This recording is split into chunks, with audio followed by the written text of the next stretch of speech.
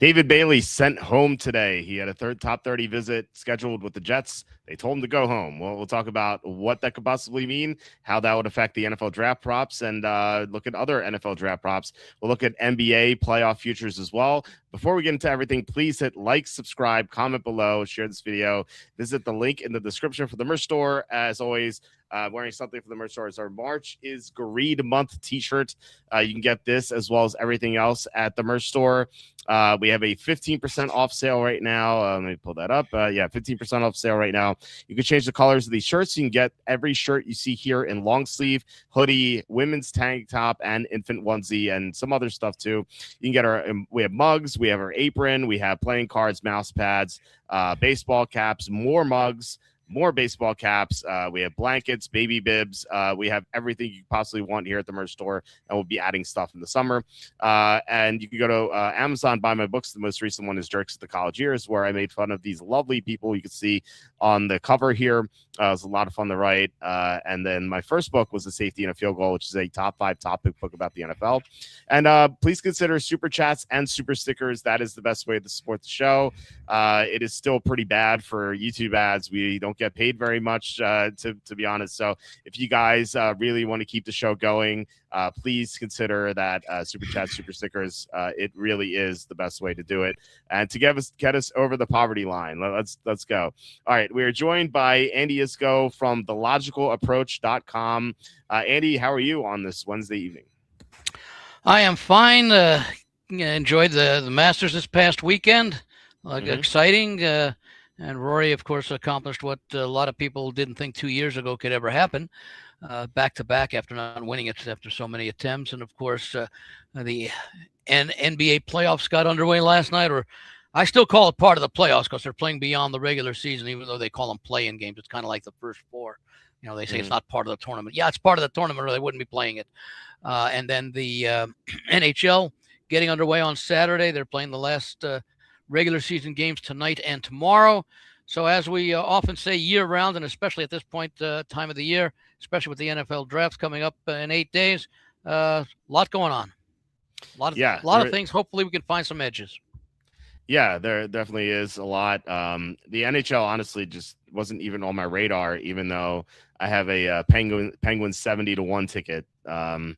I really don't know if that has a good chance of hitting or not. I know the odds have gone down, but that was something Tom recommended. And I do have something for the NBA. We will definitely be talking about that later. You mentioned the Masters. Our inside info paid off. We talked about that last week. We had a source at the Masters who said Rory McIlroy looked incredible. And so, Andy, I have to thank you because so I said I wanted to bet Rory outright, and you said first round, didn't you? Yeah, you said you said why don't you also bet Rory first round? And so I did. I had Sam Burns as well in the first round, 65-1, and then the bet Rory also. Now, how did they pay that off? Half the odds? Yeah, it's dead heat. He was tied with who was he was tied with? I forget who it was. Sam Burns. That's right. Burns, yeah. They were both 6 under, I believe. Yeah, there was 6 under, so it paid out half each, but we had both, so that ended up working pretty well for us. And then Rory, I mean, he almost choked it away. It was unbelievable. Like, he looked invincible at the end of round 2. He was. You know what? They didn't really pay a lot of attention to listening to the broadcast on Sunday, other than when it happened, when he missed that back-to-back. What was it? About 1 foot putts. Mm-hmm. And he dropped 2 shots there, and didn't really mention that a lot going down the stretch, because that obviously could have been very, very costly if he lost the tournament by a stroke or two, because those are not quite tap-ins, but they're probably 99% putts that pros will make from those distances. Yeah, Scotty Scheffler wasn't having a good day on the greens either. If he made his putts, they may have forced extra shots and then a playoff, and then and how many putts did Justin Rose miss by 2 inches? I know, it was unbelievable. So you kind of felt bad for him, because it might have been his final chance to win the Masters there. But no, Rory continues to be there on Sunday. Yeah. But at this point, and he's I believe he's 45 now. It's funny because I was talking to my wife. I had the TV on, the Masters on, and I was like, she's like, "Who's Jay Rose?" I'm like, "Oh, he's a million years old." And she's like, "Really? How old is he? Like 60?" I'm like, "No, he's 45." And she's like, Walt, you're 43." So I'm like, "Yeah, that's true." So you got 2 more years to match him. Yeah, exactly. Well, I Nicholas, don't. I believe, was 46 when he won his back in '86. Yeah. Yeah, I mean, look, at that age, obviously, it just gets exponentially worse. But Phil Mickelson was second at 8 under 3 years ago. So And he was, I think he was just over 50 at the time. yeah, yeah. So I always said this, like sometimes there's usually like an old guy who does well at the Masters. And then I was like, who could it be this year? And it was Rose again. Like it was last year, Yeah. but I remember we talked about Scott. Freddie Couples making the Oh cut, yeah, and we were talking about it, and I kept saying, I'd like to play him to make the cut, but those odds seemed way too short for a guys whose odds to win the tournament were 4 figures. So I didn't play. Yeah, you said I wouldn't bet him to finish the tournament. Like Yeah. he was. I didn't quite mean it that way. In other words, I wouldn't bet him to miss the cut. I just that he could play the 72 holes if he qualified. Yeah. So when I was having a good laugh because at the start of the tournament he was 2 under after like 3 or something, and I know the first few holes are easier ones, but I was like, oh my god, is he going to do it? Is he going to make the cut? But unfortunately, he did not. So, Baggett says this would be the first NFL draft I watched where none of the players are older than me. Chuck was the last one. Well, Bagley, get ready for coaches being older than you. And then get ready for saying, "Oh, and this player's way too old. He should retire." And then you're like, "Oh no, I'm older than him." So it gets pretty rough, unfortunately. Yeah, we'll talk about NFL draft. I don't know if you. I never thought of it that way, Walt. When you get to my age, you start saying, "Gee, I remember this kid when this kid's grandfather was playing." Oh my god. Well, I have that now with the dads because I believe Patrick Surtain Sr. was in one of my mock drafts. And so to put Patrick Surtain 2 in my mock draft felt a little weird, Wait another 18 years, you'll have his grandson in there. Yeah, Patrick Surtain 3, yeah. Whatever draft that is, like 2044, 2045, it'll be all Tyreek Hill's sons and all Stephon Diggs' sons. It'll be like Hill Diggs, Hill Diggs, Hill Diggs, Hill Diggs. Yeah. That should be a great prop. How many sons of Hill plus Diggs will be drafted in the first 3 rounds? Yeah. Over under 23 and a half. Right. They'll have to redo the conferences. Hill conference, Diggs conference. Yeah. It'll be whatever the year that is. It'll be pretty crazy. But anything else from the Masters? I mean, it happened a few days ago. We don't have to dwell on it. And the RBC. No, not really. It was just entertaining, except for and they admitted it finally, the screw up that was a horribly telecast Masters by CBS. Probably the worst I've ever seen. Yeah, you go back to the 18th hole with Rory. They didn't show like 4 of his shots, including the little tap-in putt. And I read the article that was written, and they said, well, they didn't show it because Rory was blocking the camera. What a stupid comment, Yeah, it's the only camera we had. you didn't have one camera. You have cameras on every hole that can go to like 4 or 5 different angles or above shots, whatever you need to do. Well, that's the New York Post for you. They make so many.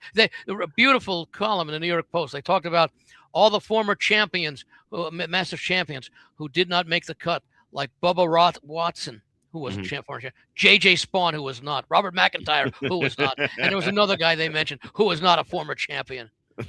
You know what?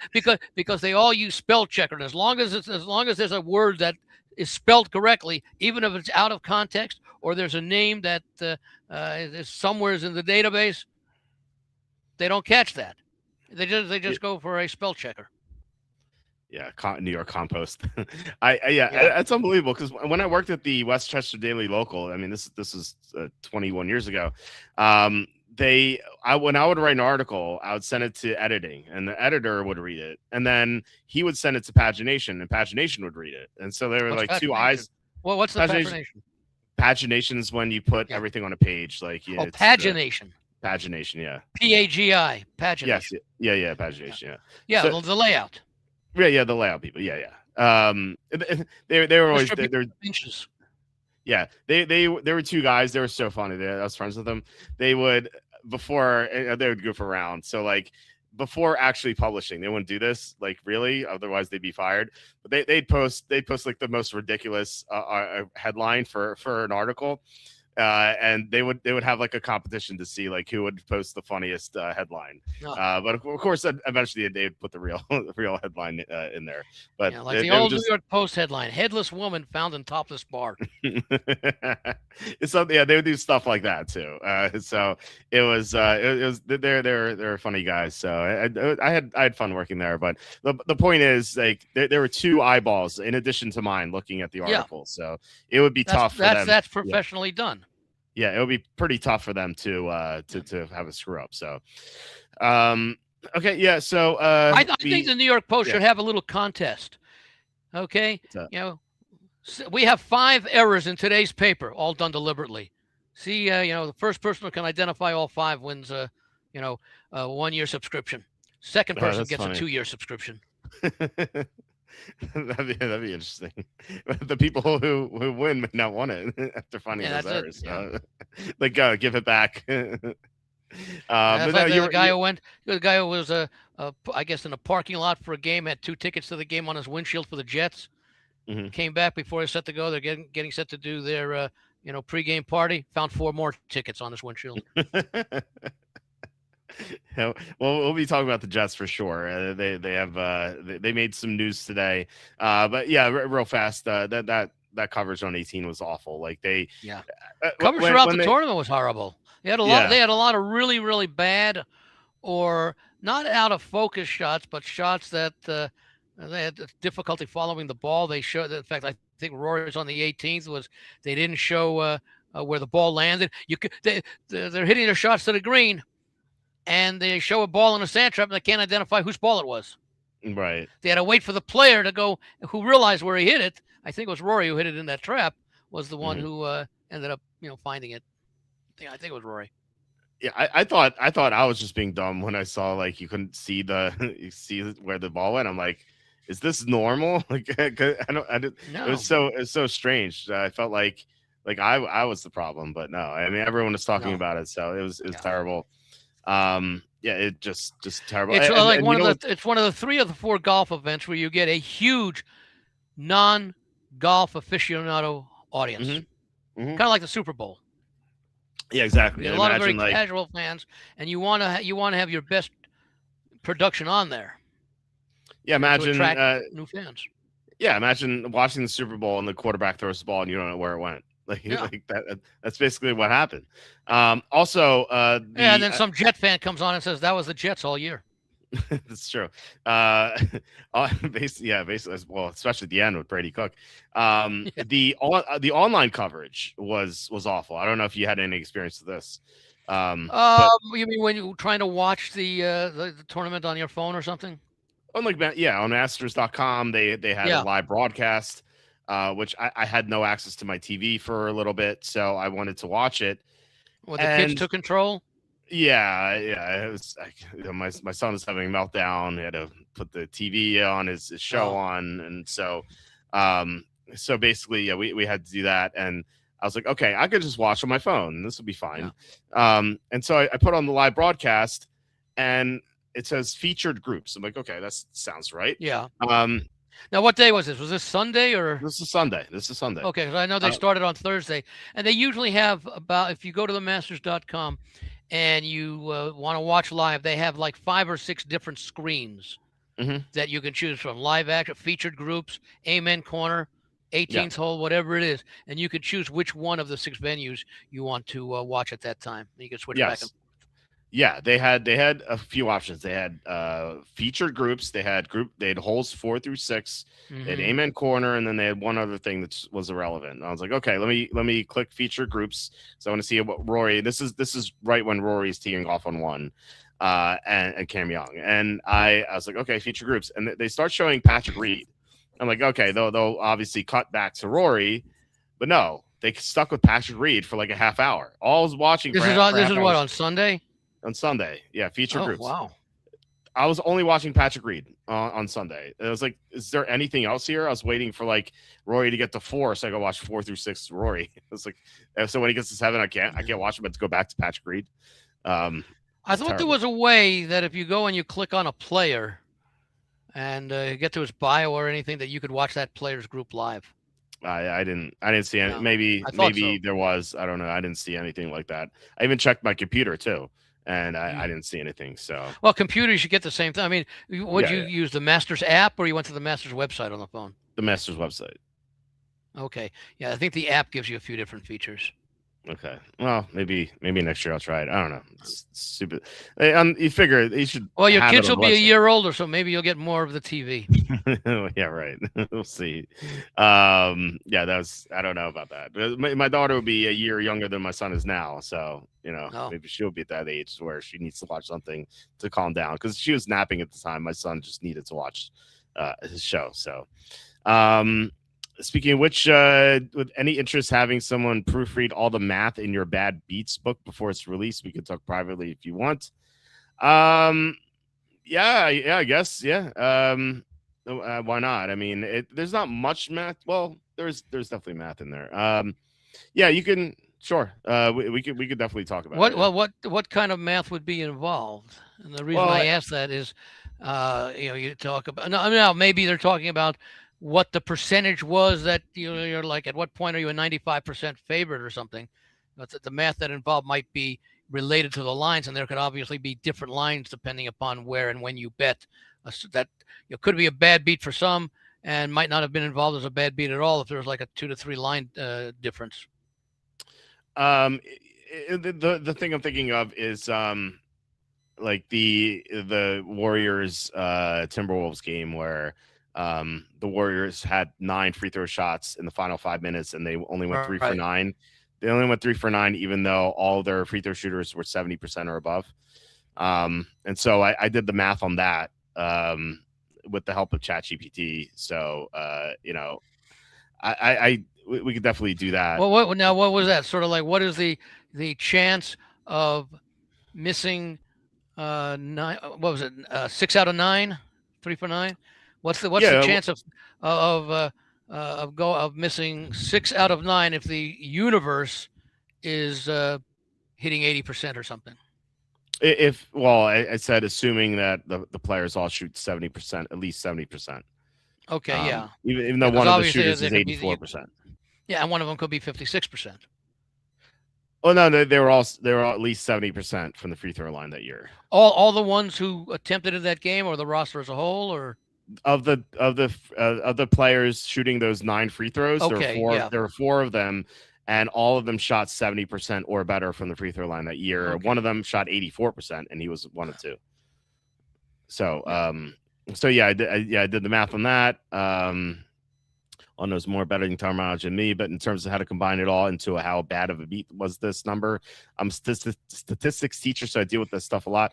Okay, yeah, we could definitely talk about that. I'm basically on a hiatus with writing the book just because the NFL draft Well, is so coming up. keep in mind, in addition to statistics, you have to agree on a definition of what is a bad beat, which Right. involves the situation, the time remaining, um, the likelihood of certain events. In other words, and we've had this discussion before, where I consider. I mean, there are things that could almost definitely be always considered bad beats because it ends on a fluky thing. Mm-hmm. Okay, especially if, like in college basketball, if a team is trailing the entire game, including by 15 points with 2 minutes to go, and the game ends on a buzzer beater from half court, which is the only time that the trailing team, was took the lead in the game. That's almost by any definition a bad beat. Mm-hmm. Okay, assuming that was an underdog of, or a favorite of several points or something like that, whichever way you want to look at it, and situation, of course, and time remaining, and that. So yeah, but yeah, I mean, you would have to set some parameters so that there's context, and define a bad beat, and maybe this is what that our listener was, or viewer, whichever, that T he was Bagley. doing, like T. Bagley, Mm-hmm. was that you could say, is a bad beat, and sometimes the numbers don't necessarily come to play. In other words, you might say, at what point is Team A 95% favorite or 95%, but 95% chance likelihood that that team is going to win the game, and they end up losing it. Mm-hmm. Is that a bad beat? Because obviously, the earlier in the game, if you're up 10-0, in the first quarter of a football game, you're not a 95% favorite to win. Right. You might be a 62% chance favorite to win or something like that. So you'd have to decide on, because bad beats can often be, could be somewhat subjective. Oh yeah, I think except for a few obvious ones, Rams, Eagles, Cardinals, Titans. I think a lot of them those were the ones. Well, the Titans, Cardinals, it was a bad beat. But as you continually point out, and you're right about it, the Cardinals still had opportunities. Mm-hmm. But let's say example when the critical play occurred, which I would argue was the touchdown to the team that originally had the ball, and there was a turnover, I think it was, and at what point prior to that play, how much time was left in the game, and how big of a favorite were they, considering what were they up 21-3 at a point? Yeah, they would have been up 28-3 if DeMarcado didn't drop the ball right short of the goal line. So it's for me that's what was he wide open? No one's around him. That's wide open. Yeah. He's running right free. He's right about to cross the goal line. No one was within 10 yards of him, and he just dropped the ball. And because the week before, here's the kicker is the week before, Adonai Mitchell did the same thing. So the coaches are stressing that, and even the coach of the Cardinals was yelling at him on the sideline, and he got fined for that. How much time was left in the game at that point? I think it was the third quarter.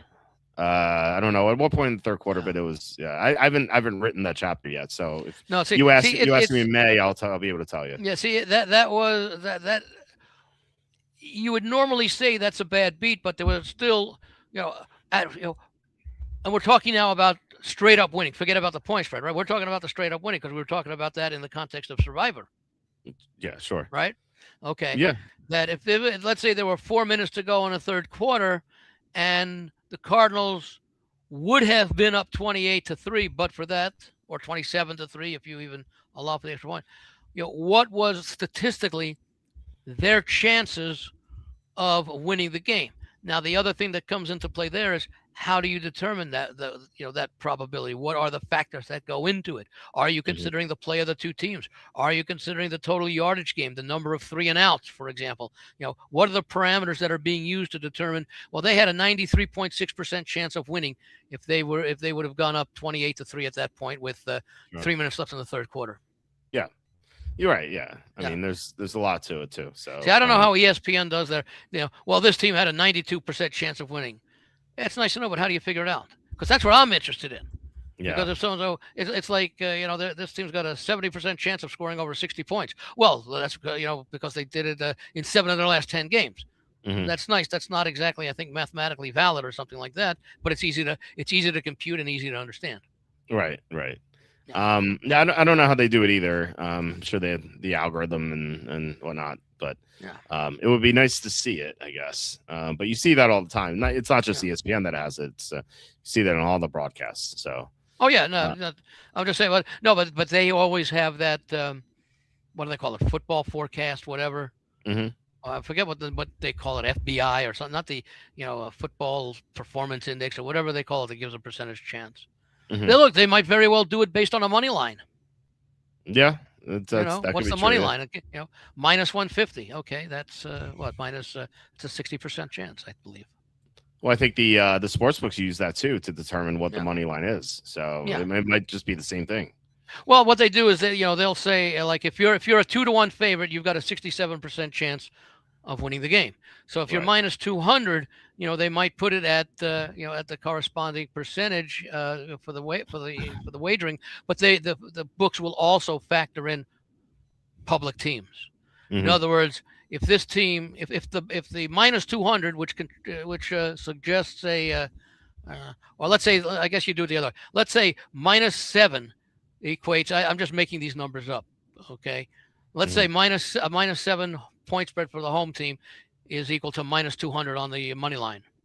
Right. They might adjust it to minus 220 if it's say the 49ers or uh, the Chiefs or whatever, because Hmm. they know they're going to get money one way. Right. Right. That's Especially true. these days, where we see that in all sports, but especially in football and especially in the NFL, more bettors are playing these 3 to 5 team parlays of substantial favorites on the money line. Do you do that? I don't do three. I don't do. I probably wouldn't do any more than. I don't think I've ever done more than 3. Okay. But I sometimes my substantial favorites are, minus 150, more Okay. reasonable, and I'll usually have an underdog in there as well because, and again, a lot of it has to do. You have to understand the nature of football. You don't score in 1 and 2s like you do Hmm. in baseball or hockey or basketball. You score largely in 3s and 6s or 3s and 7s.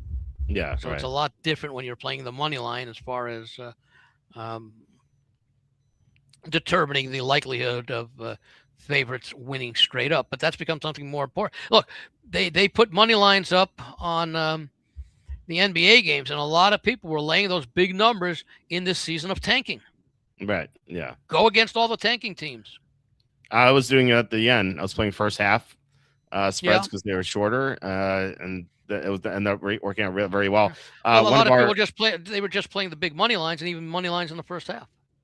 Yeah, one of our listeners, Slew. I don't know if he's in here, but he was he told us he would play the highest total over I because these remember that teams, from a few weeks yeah, ago. Yeah. yeah, these teams were not playing any defense, and Yeah. I believe I don't know the exact number, but I think he said he was 56-27 or something like that, playing the Yeah. highest over, and I joined him at the end, and it worked out pretty well, albeit on small sample size, but and then I asked him, "Are you doing it for the playoffs?" And I think he said no because the teams are actually playing defense Yeah, in the they're trying. playoffs. Well, I think Right. somebody pointed that out. I think there was only one play this year, but for the last few years, they had been doing the for the final games of the NBA season when everybody plays, at the same time. Yeah. You know, There that we two go. teams 55 and 29. Yeah. There we go. that had nothing to play for, uh, you play that game, whatever the total is, you play it over. Yeah. Because nobody's playing defense. Hey, this is the last game of the season. We're not playing, for the playoffs. We're going home. And so Yeah. nobody plays defense. And so we saw games. I forget what it was this year, but I think there was one game that it applied to. I forget which one it was. The total moved from like 242 to 247, and it still went over. Oh, I think it may have been the one I bet was Bulls. It was Bulls. Was it Bulls That sounds right. Mavericks? Bulls Mavericks or something? No, not Mavericks not or Mavericks. the Kings maybe. It was the Bulls. I don't know who the No, other one Bulls team against was. maybe I'll take a look because I think it was the one game that involved an Eastern team and a Western team because you couldn't. You noticed all the Eastern Conference games started at what, like 12 o'clock, and the other started at like 3. The Western Conference, except for one Yeah. game, because you had 15 teams in each conference, so you couldn't. Yeah, Have, and it you it needed an was even it number was for all the one, teams yeah. in the conference.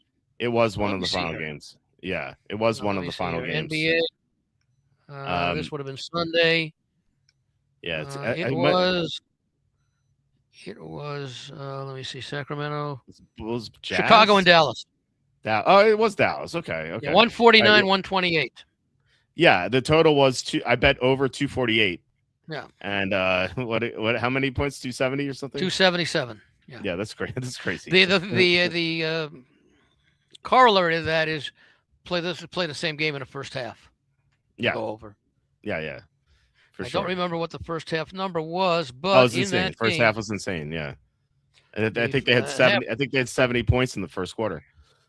I believe you're correct on that. Let me see what they had. It was like I think 41-30 at the end of the first quarter or something. 45-34, 79, Even and then they worse. scored 57 in the second. So 80, 114, 136 they had at the time, which was a little bit less than half of what they had for the full game.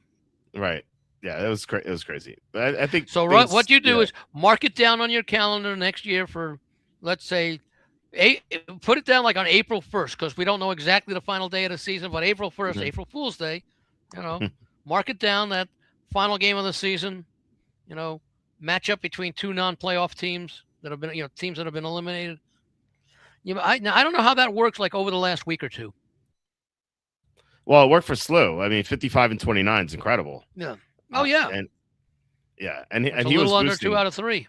Yeah, he was boosting them too. He's getting like plus 113 or something. Yeah. So that's great. I mean, even if you're not boosting, that's amazing. So yeah, it's definitely worth noting for next year. Anytime you get two teams that are tanking and not playing the regular guys, and I guess that's why they're the highest total. Yeah. Just bet the over, and eventually they will adjust. But really, like, how do you adjust from 248 to 270? Like, Yeah. that's a lot You of can't. adjusting. Right. You just can't. So maybe they just take Because that loss. at some point the sharps, the professionals will say it's an over adjustment. The value is with the under. Mm-hmm. Well, the value is probably always going to, not always, but largely going to be with the under because we know these numbers are inflated, but they still keep going over. They keep going over. I think it was. Do you remember Matt, who used to Matt? I don't want to use his last name, but last name began with a D. He that's how I met you for the first time. Like he and I met you at one of the sports books when we were signing up for the super contest. I believe it was 2015, I want to say. Okay, Matt VI was his username. I don't want to use his full name, but like he would always. Was he a friend of yours? Yeah, because. Oh, okay. So it was a guy you knew, because I know a number of Matts. Yeah, right. So I'm just saying him because like we were both with you in 2015. Right. So that's how we met. But I was like a silent partner of his for like 6 years. Like he used you as a proxy for a long time. Mm-hmm. But he and I would split it. So I don't we never communicated, but he would always submit the picks on our behalf. So I would know him if I went back and looked and I saw Matt. And I think I do know a Matt whose last name begins with D. Yes. And I think I remember. I think it's who I think it is. Yeah. So 2014 and backward. Should I give you what I think the second letter of his last name is? Yeah, sure. I seem to remember O. Yeah. Oh, yeah. Uh-huh. Is that it? Yeah. Yes. I think I know that. Yes. So I bring him up because he used to have a word for sharps who would think this way and like second guess themselves and would get things wrong. He used to call them He used to call them straps. Oh, switch around the letters. Right. Yeah. Like the people who think they're sharp and maybe are a little bit sharp, but overthink things and are not that good. I think. Well, what you just said, the keyword overthink. Yeah. Mm-hmm. Yeah. Sometimes just it's the easy. Well, we talk about the concept all the time that when you're saying, let's say that, let's say the Rams average, 37 points, 34 points a game. Mm-hmm. But they may never score exactly 34 points in a game. Right. The average or the mean or the median or whatever you want to use, it just gives an idea of I won't even say typical, because typical means that it's representative of I'm not going to say significant, but a significant majority. A majority of their games would be typical. Right. It's like I always say, well, the analytics say that this team has a 62.5% chance of doing this. Okay. Mm-hmm. Yeah, but you know what? For that situation today, it's going to be either 0% or 100%. Right. Yeah. 60. It's nice. It means that over an extended period of time, it had not that it will, but it has shown a success rate of 62.5. Mm-hmm. Okay. Now the other thing that, and I try to look at both sides, and you can't always come up with an answer, but there are always.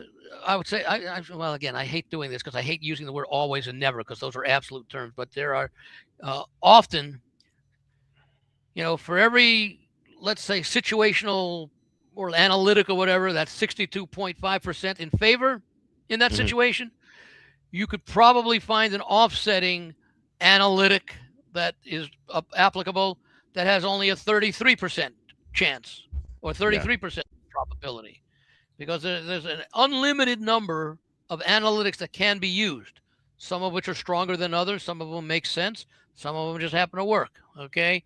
But the point is, there's always, it's again, my old philosophy of handicapping. If you're going to handicap a game, take out a sheet of paper, write team A on the left side, team B on the right side, start the reasons why you like team A and all of the reasons why you like team B.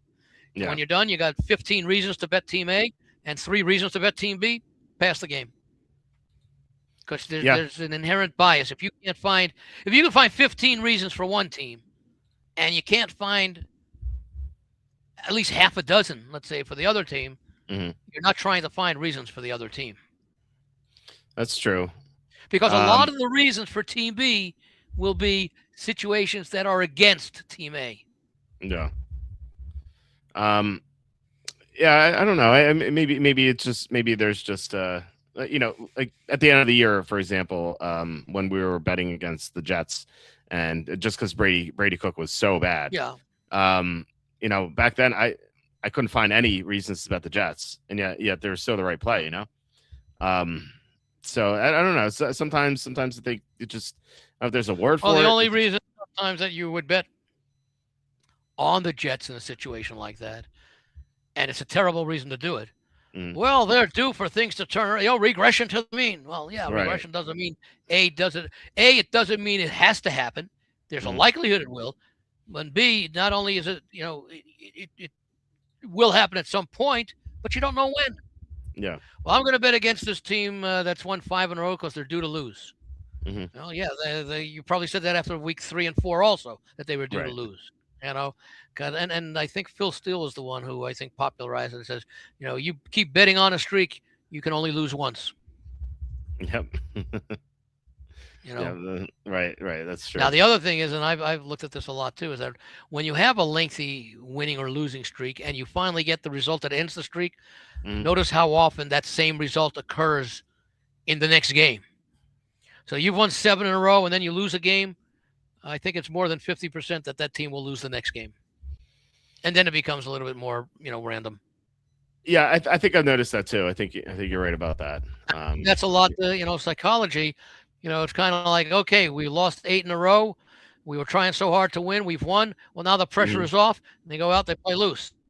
Right. The other teams, that they've won 7 in a row and they have a letdown. They play the what if game. I mean, that's just human nature. Doesn't necessarily mean that there's a connection there, but if someone found out statistically, let's say, that there was a connection, it would make sense.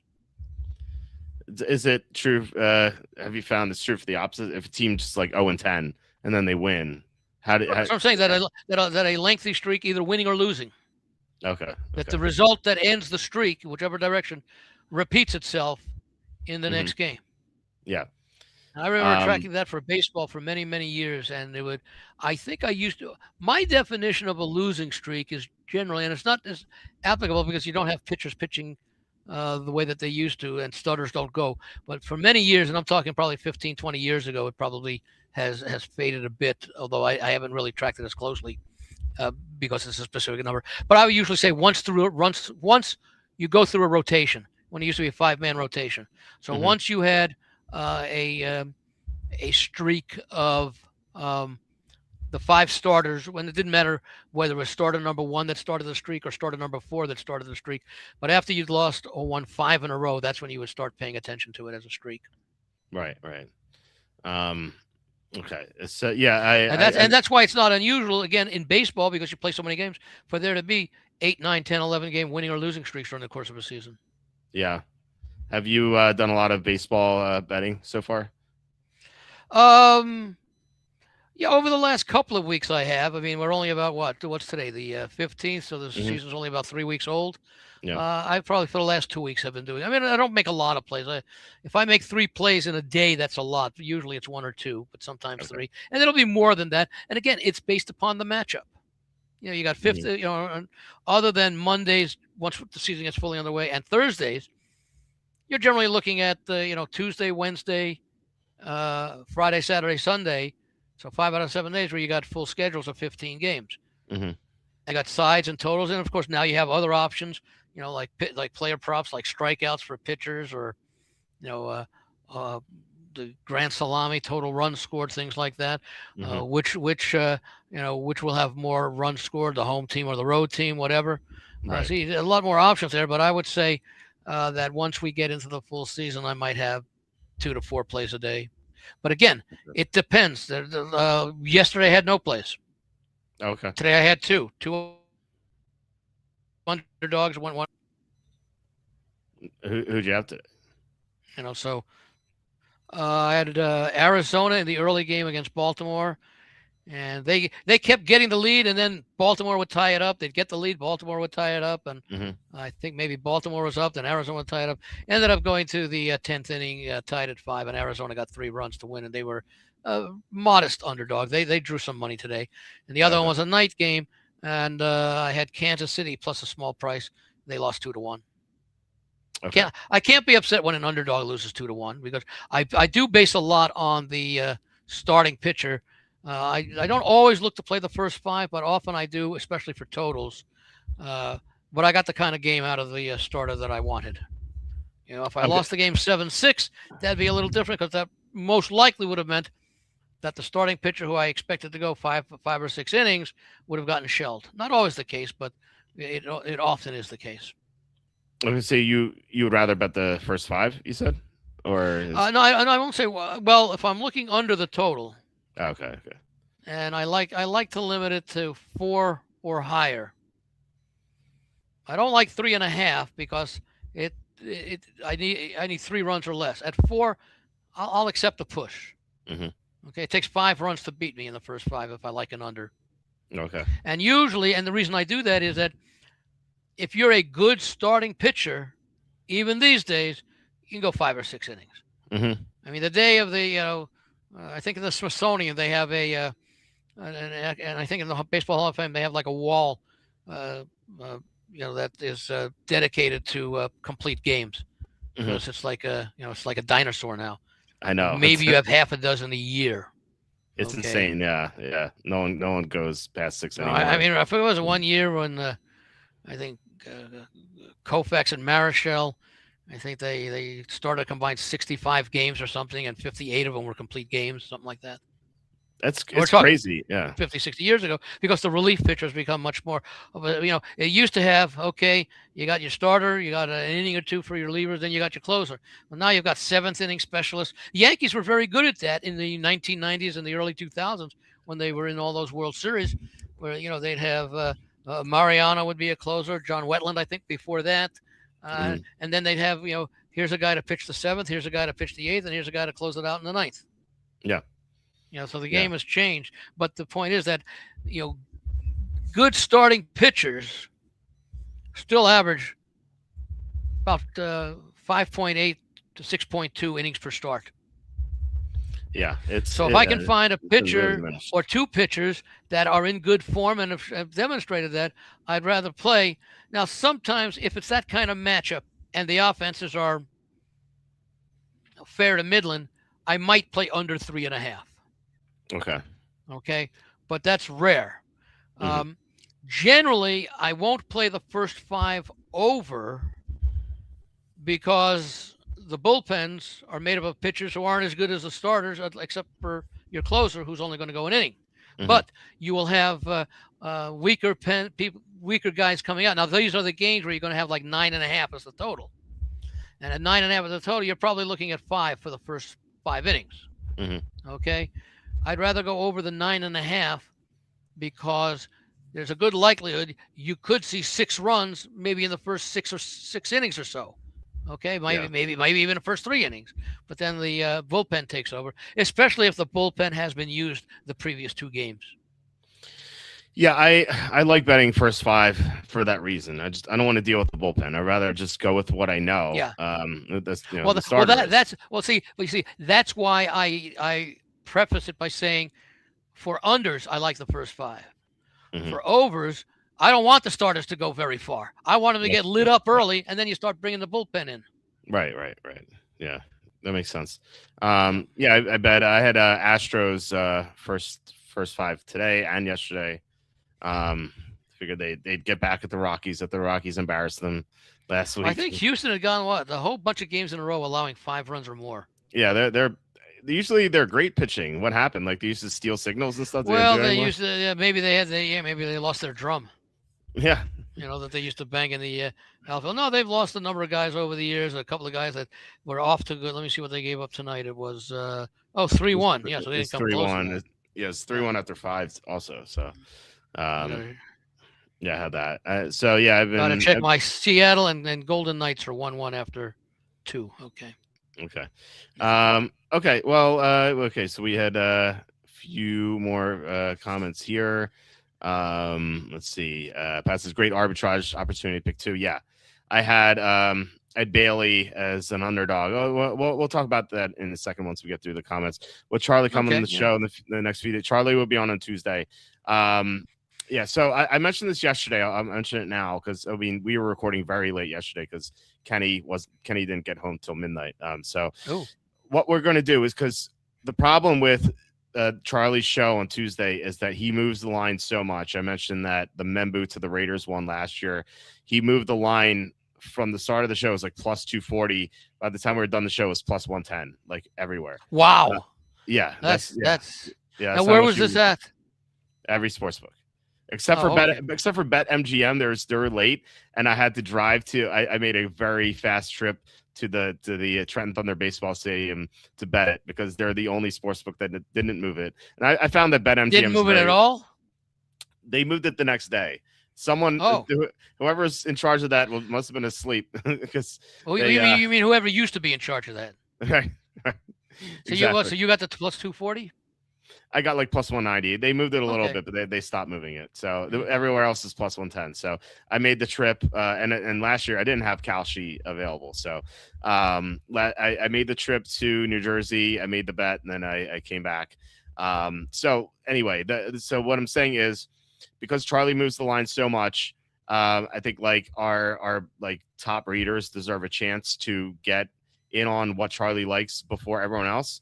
So what we're going to do is on Monday or Tuesday, whenever Charlie posts it or learns the info, he's going to put his bets on a premium page on our site. So our premium subs $7.99 a month, but they get like an ad-free experience. That the site's so fast. So like his picks are going to be there on the site for premium users, and then on Tuesday evening he's going to talk about them live on the show. That's on Monday.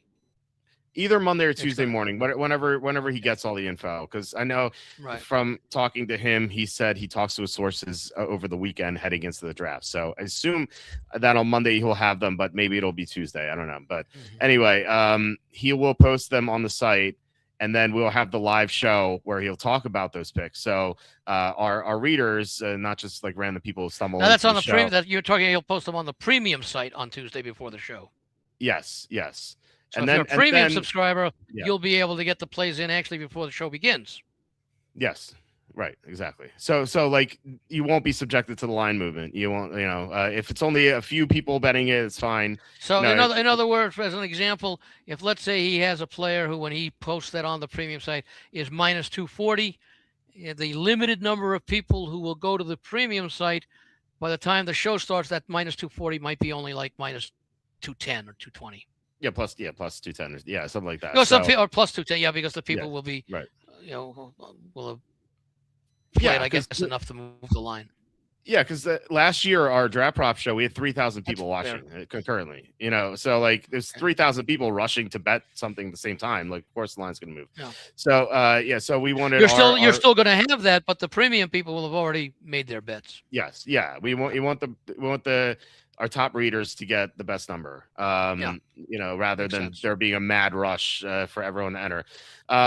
And this page will serve a second purpose because sometimes Charlie will learn something the day of, or maybe 24 hours before, and his sources will say, please don't post this anywhere. But if it's on the premium page and he can add, he said he'll be able to add stuff heading into the draft. If it's on the premium page, almost everyone won't have access to it. So his sources won't get burned or anything. You know what I mean? No, that's what I'm saying. If the sources say don't post it anywhere, wouldn't that include not even on the premium page? Well, they won't be able to go to it. They won't see it. You know what I mean? So he'll be able to say, well, if they're not premium subscribers of the site, you would. No, I'm talking that, but even premium subscribers should not be able to see that if the guy tells Charlie don't post it anywhere. Well, not publicly, if it's within public, a small group. Premium is still publicly. It's only a few people. It's not that many. It's like a couple hundred people. You It's don't not know. like, You don't know at the time. well, No, I mean, I know, I'm not trying. I'm trying not to get Charlie in trouble here. well, I mean, Charlie said himself it was okay. I mean, he said it was fine. So, for example, this came up. It was 2 years ago with the Michael Penix draft. Charlie texted me at 6:30 p.m. and said that he said he knew the Falcons were going to take Penix, but the person who That's told him 3:30 said your time on 3:30 your time on Thursday. 90 no, minutes before the draft started. Yeah, 6:30 my time, 3:30 your time. So yeah, so Charlie said he knew the Falcons going to take Penix, but he said don't post this anywhere. But he said you can obviously bet it. And so if it's only available to like a small group of people, then by the time anyone finds out, it won't matter. Like the pick will already have happened. So let me ask you this. Yeah. What if unknowingly Roger Goodell is a premium subscriber? That'd be funny if he were. Or no, I'm sort of half joking. Yeah. But he obviously has people who know about you and your work and all that, and maybe someone in his office respects the work that you and Charlie do, and they take advantage of it, and so that they know about that pick. Or let's put it out a different way. Let's say there are some journalists who cover the draft who know Charlie and are premium subscribers, and they see it and they start spreading it out there.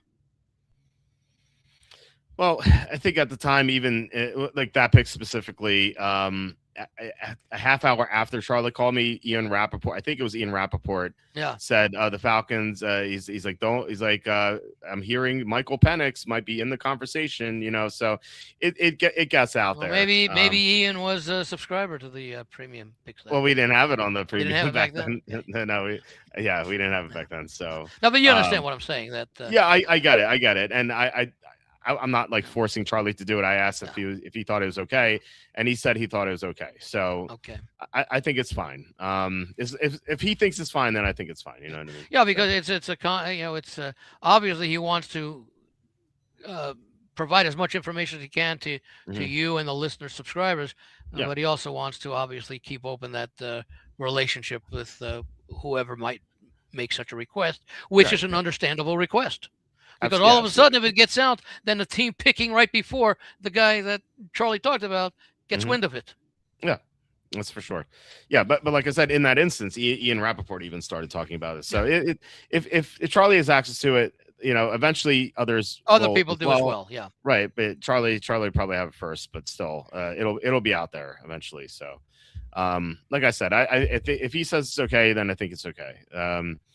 So and Charlie's never burned his source either. So yeah. Anyway, Penix at the time, I think he was 28-1 to be the Falcons pick. And unfortunately, I couldn't drive to New Jersey because the draft would have been started by the time I got back. So I only had access to Bovada, which had $25 limit. So I didn't make much money. What was the price? 28-1. Oh, even at the 25, even at Bovada. Yeah. If you got limits like that, you'll also, if you got $25 limits, if everyone else is 28-1, you're 20-1 or 22-1. Right. Yeah. You're gonna screw people twice. Yeah. So I'm excited about Kalshi because there are no limits there. You can bet as much as you want. Eventually, if you bet too much, you're going to move the line yourself. But but it's you have all. But you've already gotten your bet in. Right, exactly. So, I'm excited for it. The thing that's nice about that is that you don't have to worry about. You got a $5,000 limit, and once you can bet again, but we can move the line after that first $5,000. You don't have to worry about that. Yeah, it's true. My son is singing Kelly Clarkson into a hairbrush. I'm dead inside, putting him in private school next year. Okay. That's we'll see. I don't know if my son will start singing. My son's super into video games. So is that the name of a song or something? I guess. I don't know. Into a hairbrush? I have thousands of songs on my iTunes. I don't think I have a Kelly Clarkson song. I don't think so. Okay. No, I do not. Anyway, bottom guy needs his own show because he cannot let the top guy explain anything. No. What are you talking about? Talk about me. I told you. I keep No, interrupting you. Yeah. you don't interrupt me. You've been handicapping sports since 1990. Like I'd love Yeah, to actually, listen to you. actually before then. I Well, should be old and I slow now. well, okay. So you've been in Vegas handicapping since 1990. 91, yeah.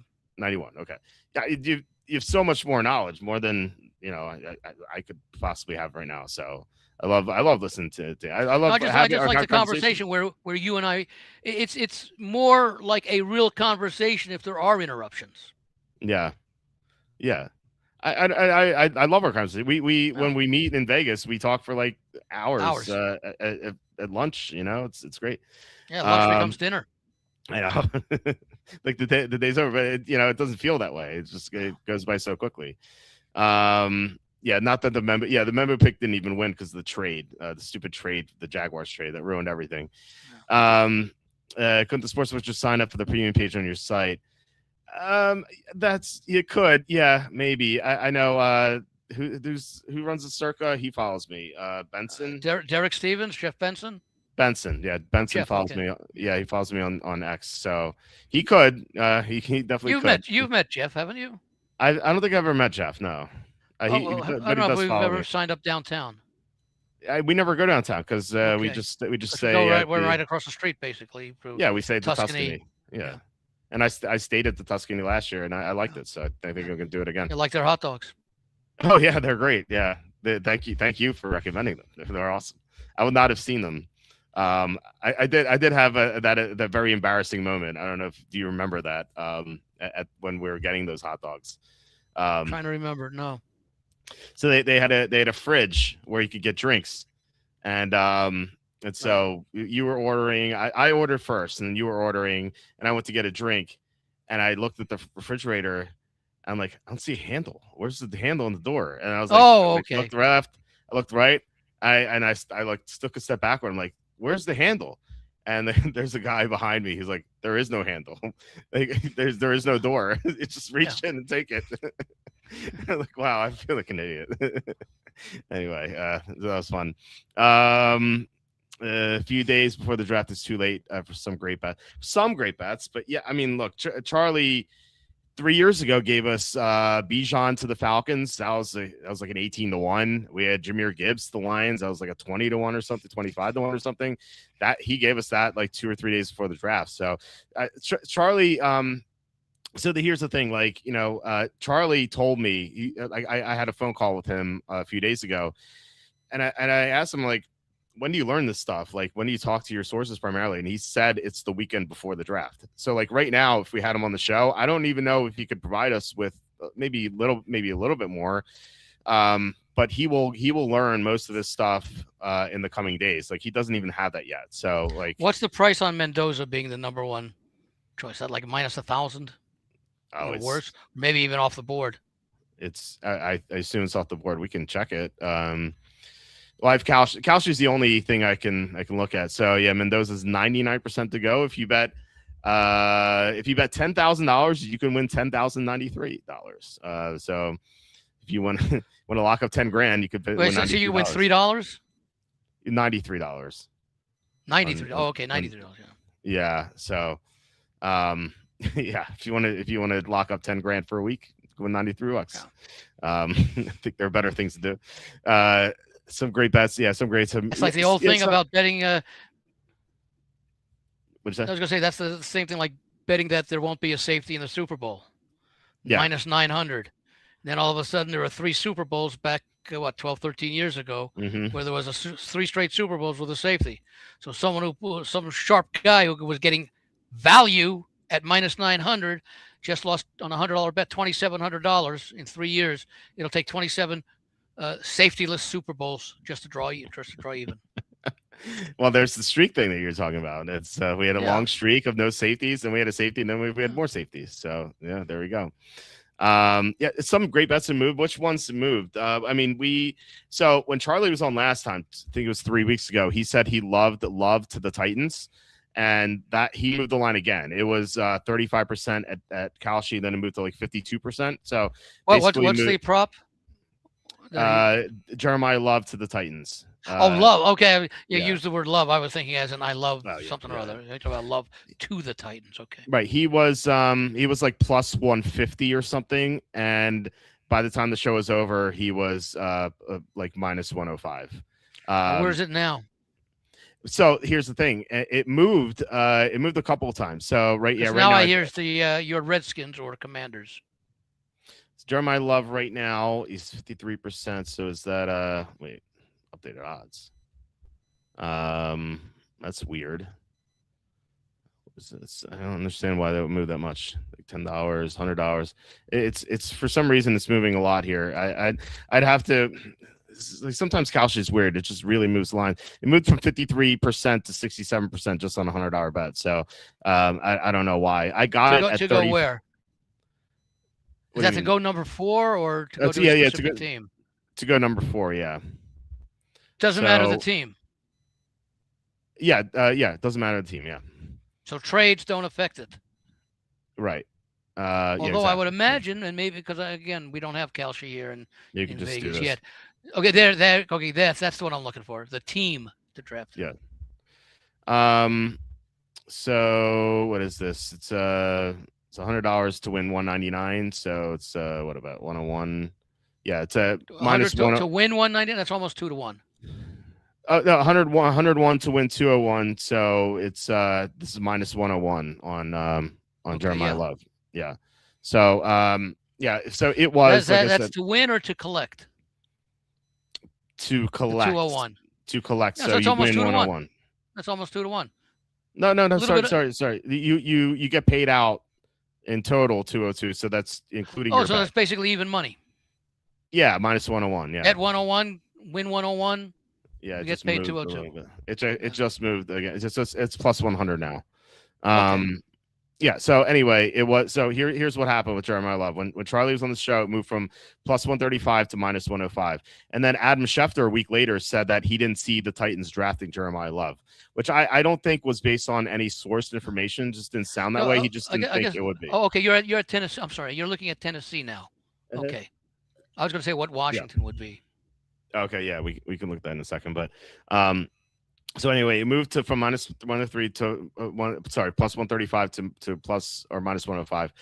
And then when Schefter said that he didn't see the Titans drafting Love, it popped up all the way to like plus 140 or something.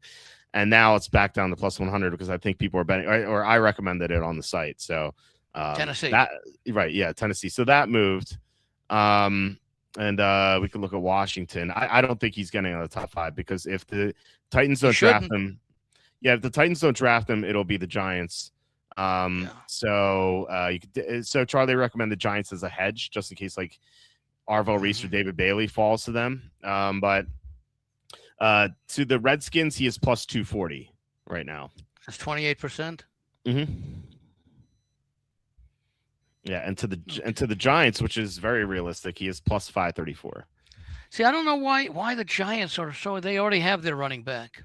I know, but they think he's just a special player. Like he's, the next Love? Jim Brown. Yeah, he's the next Jim Brown or something. That's how they feel about him. So, it's like if I'd rather get him. I'd rather get Tate if he's available, because we don't know about Neighbors. Well, the one thing Neighbors is healthy. That's a nice combination. The one thing that Charlie said about the Giants, and I think we're gonna have info on them, is that they want to use this pick to help Jackson Dart. So could be lineman, could be receiver, could be running back. We'll see. We'll see which receiver. It may not be Tate. Could be Jordan Tyson. Could be Could be Mekhi Lemon. Could be one of those guys. Yeah. So I'm just wondering that to help Jackson Dart, you already have a running back. Wouldn't you help Jackson Dart more if he had another quality receiver? I agree. Or lineman. In other words, I would even go so far as to say, number 1 would be a receiver. Number 2 would be an offensive lineman, or you could reverse the two.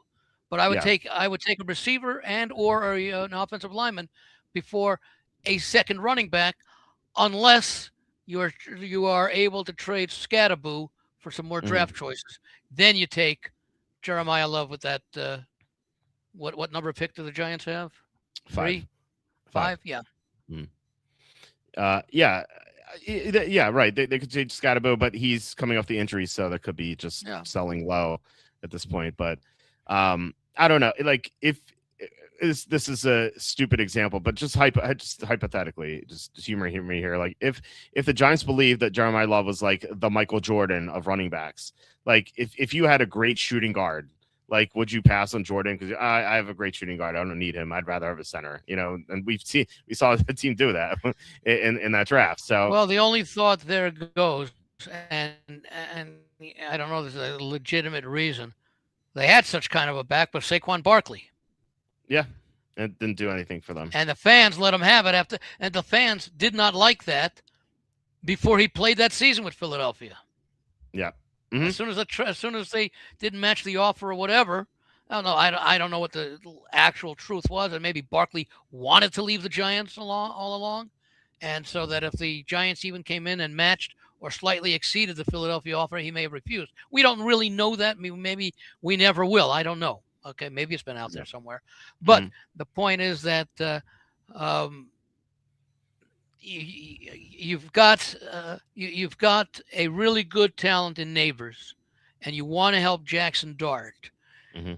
I would think you would want to give him more weapons, unless they are really soured on Scadavu.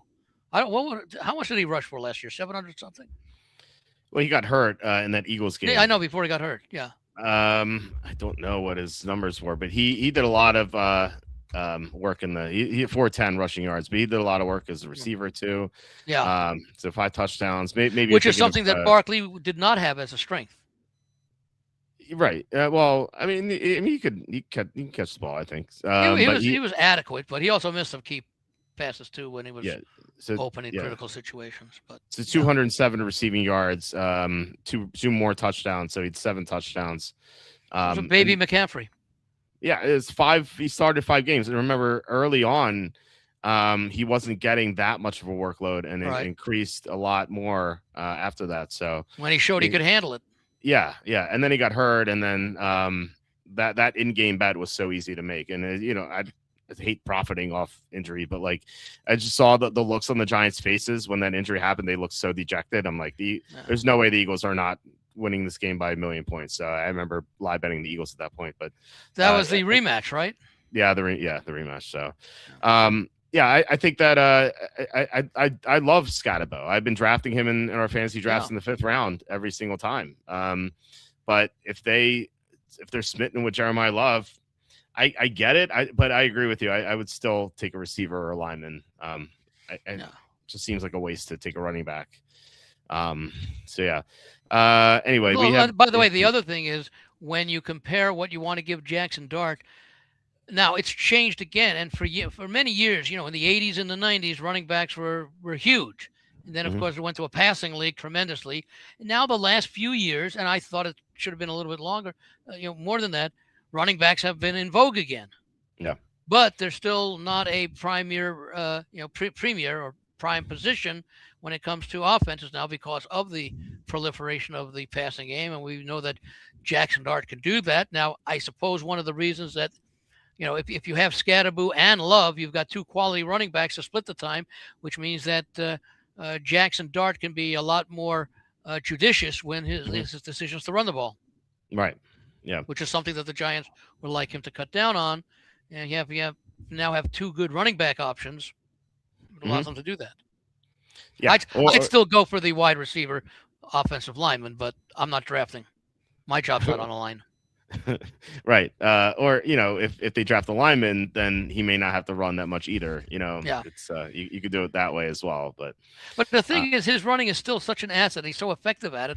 I know that you don't want to completely take it out of his game. But yes, a lineman might give him a little bit more time to develop downfield passes and things like that. Mm-hmm. So you can make arguments anyway on that. And now what are the Giants going to do to address the Lawrence situation? I don't know. It's so weird that I hope that they that they reach an agreement, because the Giants really. I mean, they are. If he's still back with them, they are looking really nice. I know it's so weird that he wants to leave now when things are finally looking up for the team for the first time in a long time. So Yeah, maybe he's just didn't Myles Garrett say that he was going to leave before he resigned?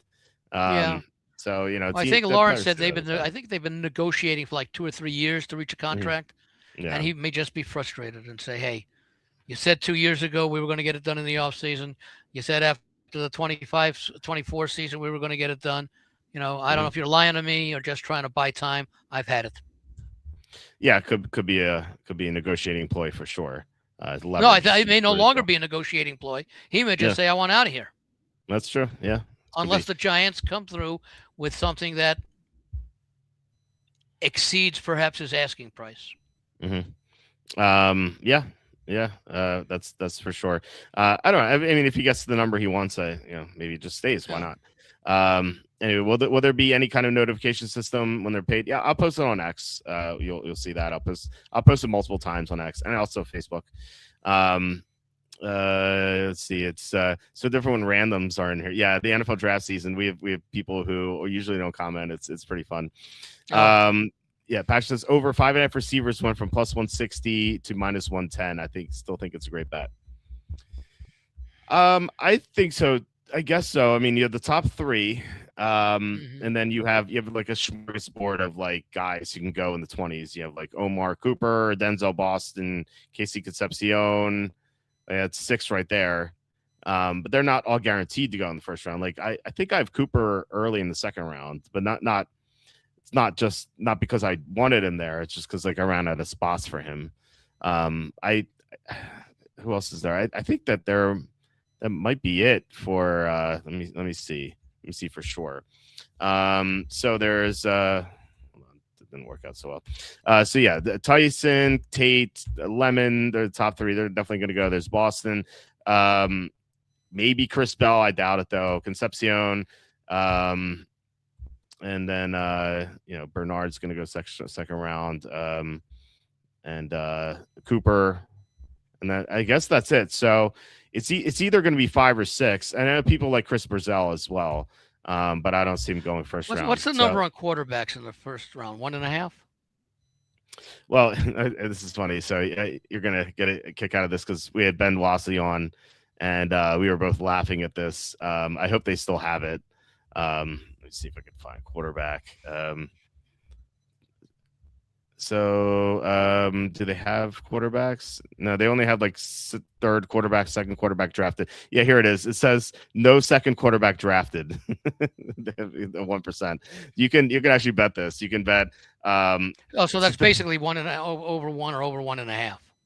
no, I mean no period. No quarterback drafted at all in Oh, no this. quarter. Oh, I thought you said no second quarterback drafted. Yeah, that's what it says. No second quarterback drafted in the entire draft. It's just gonna be Oh, in the Mendoza. entire No, draft, not just first yeah, round. right. Yeah, I guess they have to have it, but yeah, they it's just funny, but there's no volume on this because it's a new thing. Simpson Oh, is he's 94 cents to be the second quarterback, but I don't have over under. I believe the over under is 1.5, and I think, yeah, or it because might be I two, think it he'll might be be 2.5. drafted. I think he will be drafted. I know there's Yeah, some talk about Arizona getting him in the top of the second round, yeah, but usually but those teams want to move up and get them late in the first round because you get the yeah. fifth year option. Well, that's it, and it's and I'm not gonna downgrade the Sun Belt or the Mountain West. He did go to Alabama. hmm You Yeah, know, Alabama's had a long history of putting quarterbacks in the pros. Now, obviously, the most recent one is Tua. That may not have turned out, but hey, Jalen Hurts spent some time at Alabama. hmm Bart Starr went to Alabama. Joe Namath, yeah, Kenny Stabler, yeah, a lot of guys, and more recently as well, McCarron. I think he had a brief career. But the thing is, I would think that he goes in the first round, late first yeah. round. Yeah. I have That's him why I in wanted to know 20. what the prop was, what the over 1.5 would be priced at.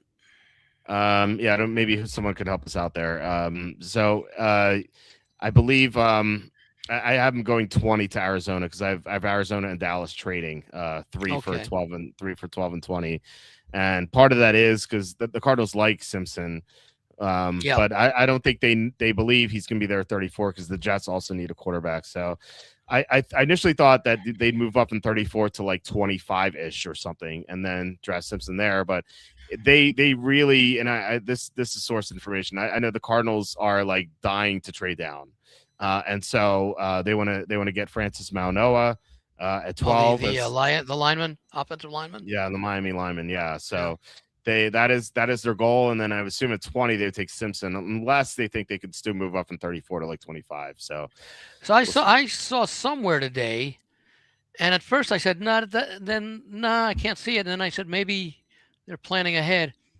I saw the Rams going for yeah, Simpson. yeah. Charlie was recommending that. The Rams. Yeah, a while ago. I don't think he still is. But yeah, he thought that as well. I wouldn't like it. But I could see it being like an Aaron Rodgers / Jordan Love type of deal. Or it Brett Favre, Aaron Rodgers type of deal. Right. Yeah. Exactly. So, I don't. I'm just not a Simpson fan because he only played 1 year in college, and there's a horrible history of 1 year quarterbacks coming into the pros. I think only Cam Newton was the only one who was successful. It's like the rest is just dreadful picks. I think Bill Parcells had a checklist of requirements for quarterbacks entering the pros that he would draft, and one of it was the quarterback got to start like 30 games or something. I forget what number it was exactly, but 30 games. And Simpson certainly does not have 30 games. Yeah. And so, he could be one of those guys who, if he came back, if he went back to school, maybe teams would have tape on him and he would be a lot worse is the next year. And he wouldn't even be a first round pick. I remember like Matt Barkley coming out of USC. Yeah.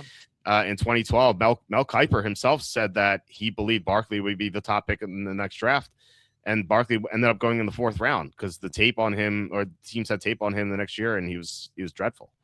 This is before your time. Probably before you were. I'm trying to remember Dan Marino when he came out of Pitt, because he did not have a great senior year. At Pittsburgh, yeah. At Pittsburgh, yeah. And I think that's why the Steelers passed on him. I remember that's why the Steelers took Kenny Pickett in 2022 because the owner promised his fans that he would never pass on a Pitt quarterback in the 1st round ever again. so he took Kenny Pickett. nice job. Yeah. Not quite Dan Marino. No, I mean Marino came out with because he was obviously, we know what he turned into. Sad part is he only made 1 Super Bowl because defense counts too. Oh yeah, I think he had his defenses were ranked in the 20s. I think every year. Same thing with Dan Fouts and the Chargers. Yeah, Dan Fouts was a hell of a quarterback. Yeah, that's true. But he had to win every game 37-34. Yeah, well, yeah, it's like Joe Burrow now. It's the next version. Excellent. Burrow was he in the Super Bowl when the Bengals went there? Yeah, they had it. They had a good defense that year because they had Jesse Bates and DJ Reader and Trey Hendrickson. They had some really good defensive players. That was 24-21, I think, wasn't it? The Bengals had the lead in the second half on the Higgins long reception. I had Higgins to win the MVP in that Super Bowl, like 60-1 or 70-1, and I think he threw a touchdown, I believe. Oh no! He was the recipient of a touchdown thrown by not Joe Burrow. It was like a non-quarterback. It was Samaje Perine, I believe. And then he caught that long touchdown. I'm like, oh my God, Higgins is actually going to win the Super Bowl. But then Stafford had that great drive. Cooper Kupp got the touchdown, and that did not happen. But you happen to be right because Cooper Kupp, wide receiver, won the MVP.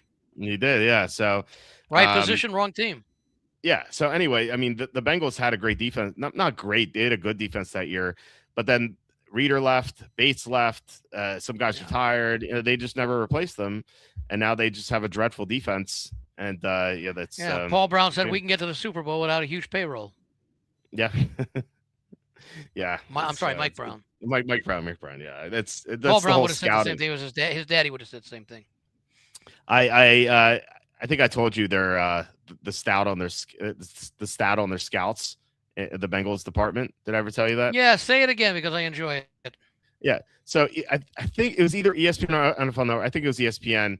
They had a graphic of the number of scouts employed by each team in the AFC North.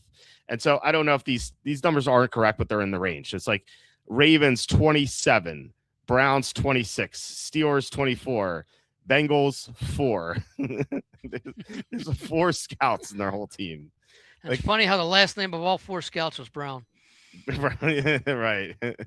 2 sons, 2 grandkids. I don't know. Yeah. 1 dog too. Yeah. So that's why they can't draft well. They don't have scouts. Yeah. Like usually teams will have a guy for the Northeast, the Atlantic. They'll have a couple guys for the Southeast because there's so many schools down there. But the Bengals, how do they cover this? Like one guy top Northeast, like top, like one guy covers the whole Southeast, including Florida. One guy covers the West Coast. Like that's crazy. Like how do you do that? Like, well, keep in mind that there are about, I think, 137 FBS teams and about another 125 or so FCS teams. So that's about 260 something at the Division I level. And then you got the smaller schools, the Wisconsin Whitewater, whatever it is, the NAIA schools, Division II, Division III.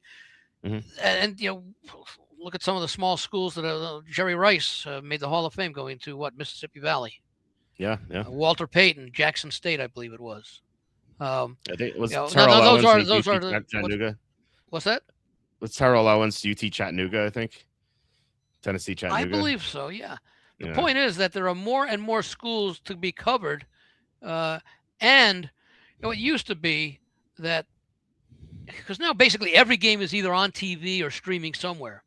Yeah. But you go back 25, 30 years ago, you didn't have that.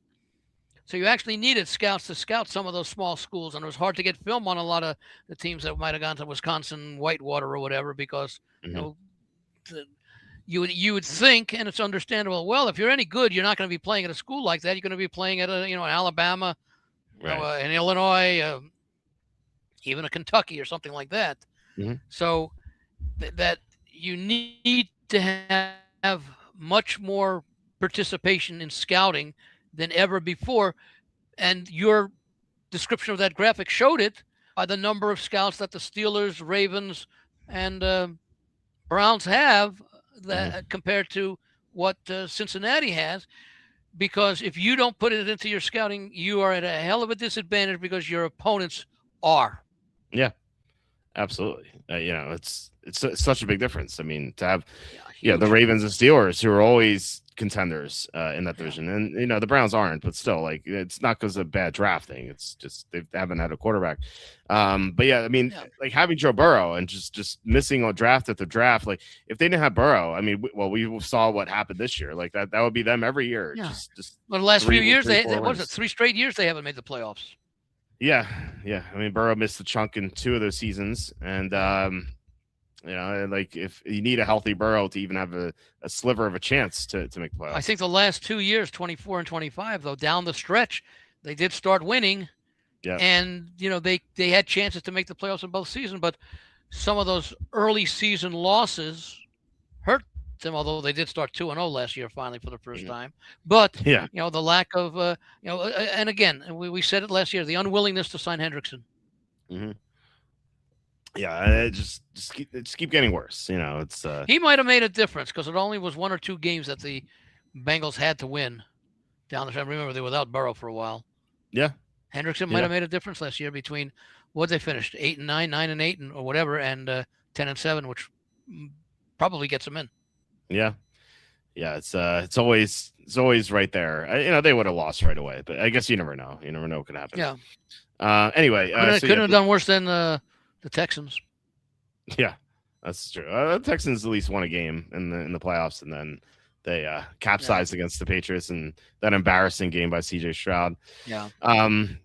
Okay, so Patrick's also saying Love top 5 is -130 on FanDuel, -170 other books. That's -130 is a great bet on that. We'll have confirmation. Yeah, because I could see a team trading up to get Love. Yeah, that could happen too. Yeah. The Redskins could do it. They signed Rashad White but he's not a starting running back. Now the Okay. Saints, I've heard the thoughts that Saints, Kansas City might be looking a little bit, which is even with interesting considering. Yeah, even with even Walker. Yeah. even with Walker, wow, I think that would be a waste of resource to do that. But Well, I would think trades would be involved, involving perhaps Walker. Oh wow, that'd be crazy if they did that. So, the Chiefs have so many needs. It's defense, all defense and offensive line and receiver. Yeah. And tight end with Kelsey aging out soon. So, well, I heard they are. Isn't what's the kid's name from Oregon, tight end? Kenyon Sadiq. Yeah, I heard him possibly Kansas City being interested in him. Okay. Yeah. I guess it would make sense. I would prefer them to go defense or offensive line, but if they wanted to take Sadiq, I think that's okay. Well, he gets a year. He gets a year to be an apprentice under Kelsey. I mean, look, you can run 2 tight end formations. The Bears did that with Cole Kmet and Colston Loveland. Yeah. The Bills gave Dawson Knox a lot of money, and then they took Dalton Kincaid. So they could definitely do it. So if they think he's the best weapon, they really don't have much as far as weapons are concerned. They have Rashee Rice, who could be in jail at any point, and then they have Kelsey, who's at the twilight of his career, and that's it. That's all they have. Xavier Worthy's a big disappointment. And I like the tight 2 end formation because I think it also helps control ball control drives. Yeah. I mean, the Rams ran 3 tight ends last year. I mean, they knew what they were doing. Love top 5. I think minus 130 is very safe. Like I said, we'll be talking. Well, Charlie will be talking to teams over the weekend, and then we'll be talking to Charlie. I'm not sure about the minus 170, but the minus 130 is reasonable. Oh yeah, I mean, especially if you can pay 130, why would you pay 170? So, for sure. Those are bad odds for Love. Most books have him plus 120 for Love to Titans. Okay. Yeah. See, I don't have Titans. Okay. Yeah. Yeah. So that's what I'm saying here. Like right now, I said this before, I can't even look at draft props on DraftKings and FanDuel. They won't let me because I live in Pennsylvania. Pennsylvania is a backward state. I don't know why. They said if you Google it, and Andy and I did that before we started recording. They said basically it's because Pennsylvania does not allow you to bet on something that is not decided on the field. Not decided on as a result of field of play. Yeah. Right. Many years that we had that, because Nevada's been notoriously slow to change, and why not? Because of the fact that they had a monopoly until the Supreme Court decision in 2018, and now they're getting competition elsewhere. Now the Las Vegas experience is still a lot different than where they have sports books and other. In I think 37, 38 states. But for many years, you couldn't vote on the MVP, for the Super Bowl because it was decided by, votes and, it could be leaked out or something as opposed to the results on the field of play. Forget about the fact that, games could be fixed. I'm not going to go there. But the point is you get to see how your outcome is decided. Right. Yeah. As opposed to votes. Now, it was about 5 or 6 years ago when the Nevada Gaming Commission got a little bit more in touch with today's times, a little bit more liberated, and you now can vote on MVPs. You can vote on you can have a whole bunch of different kinds of props that you could never have before, and I think that was a direct result of the competition that they were getting from the offshores, from the FanDuels and the DraftKings. Because remember, when it's all said and done, it's all about making money, and the sports books always have the edge.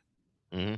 And so why wouldn't the sports books in Vegas want to have even more of an edge by offering more opportunities? Yeah, I mean they don't have an edge. The one place the sports books don't have an edge is if someone has inside info.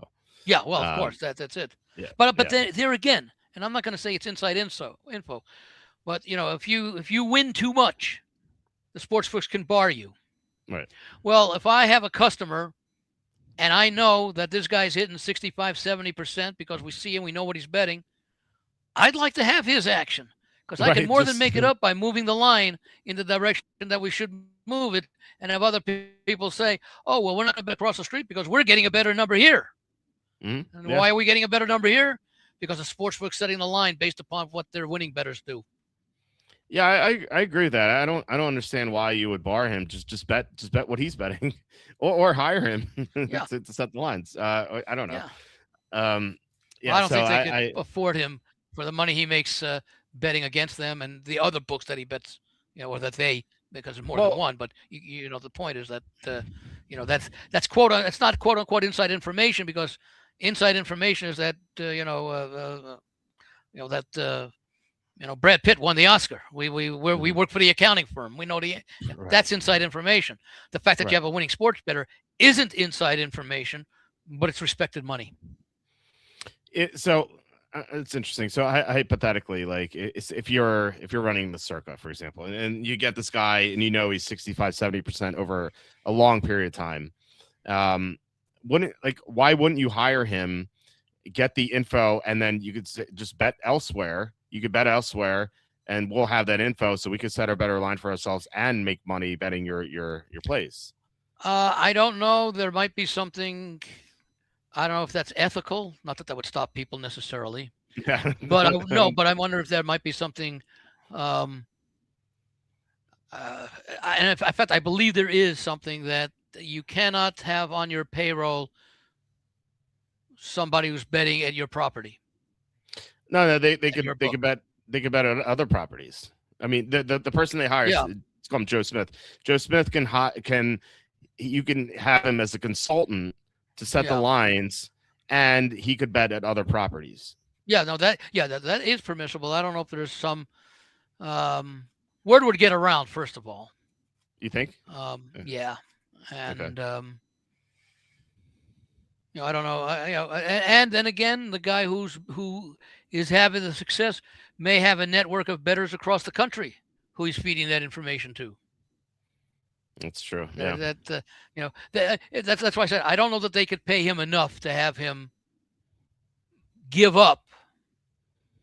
Um, I won't say his freedom, but his ability Mhm. to make as much money as possible. In other words, if I can make money at 12 books rather than 11, why don't I spread it around to 12 books? Right. I don't Now, know. if because if the book respects him and knows how good he is, okay, we just took a bet from Mr. X. Let's move the line. Yeah. Um. Because What's because to the stop? idea would be if that guy's good enough, Yeah. they're going to attract the money, because they're going to have the best line and they're on the side of Mr. X. So the guy who's going against Mr. X is going to get a better number at their place than at Right. the other books. Although Mr. X will probably hit the other books as well, but Yeah. the other books may not adjust. In fact, the other books. In fact, one of the reasons. Another answer to your question is Mr. X may have been barred at the other books because he's been doing so well.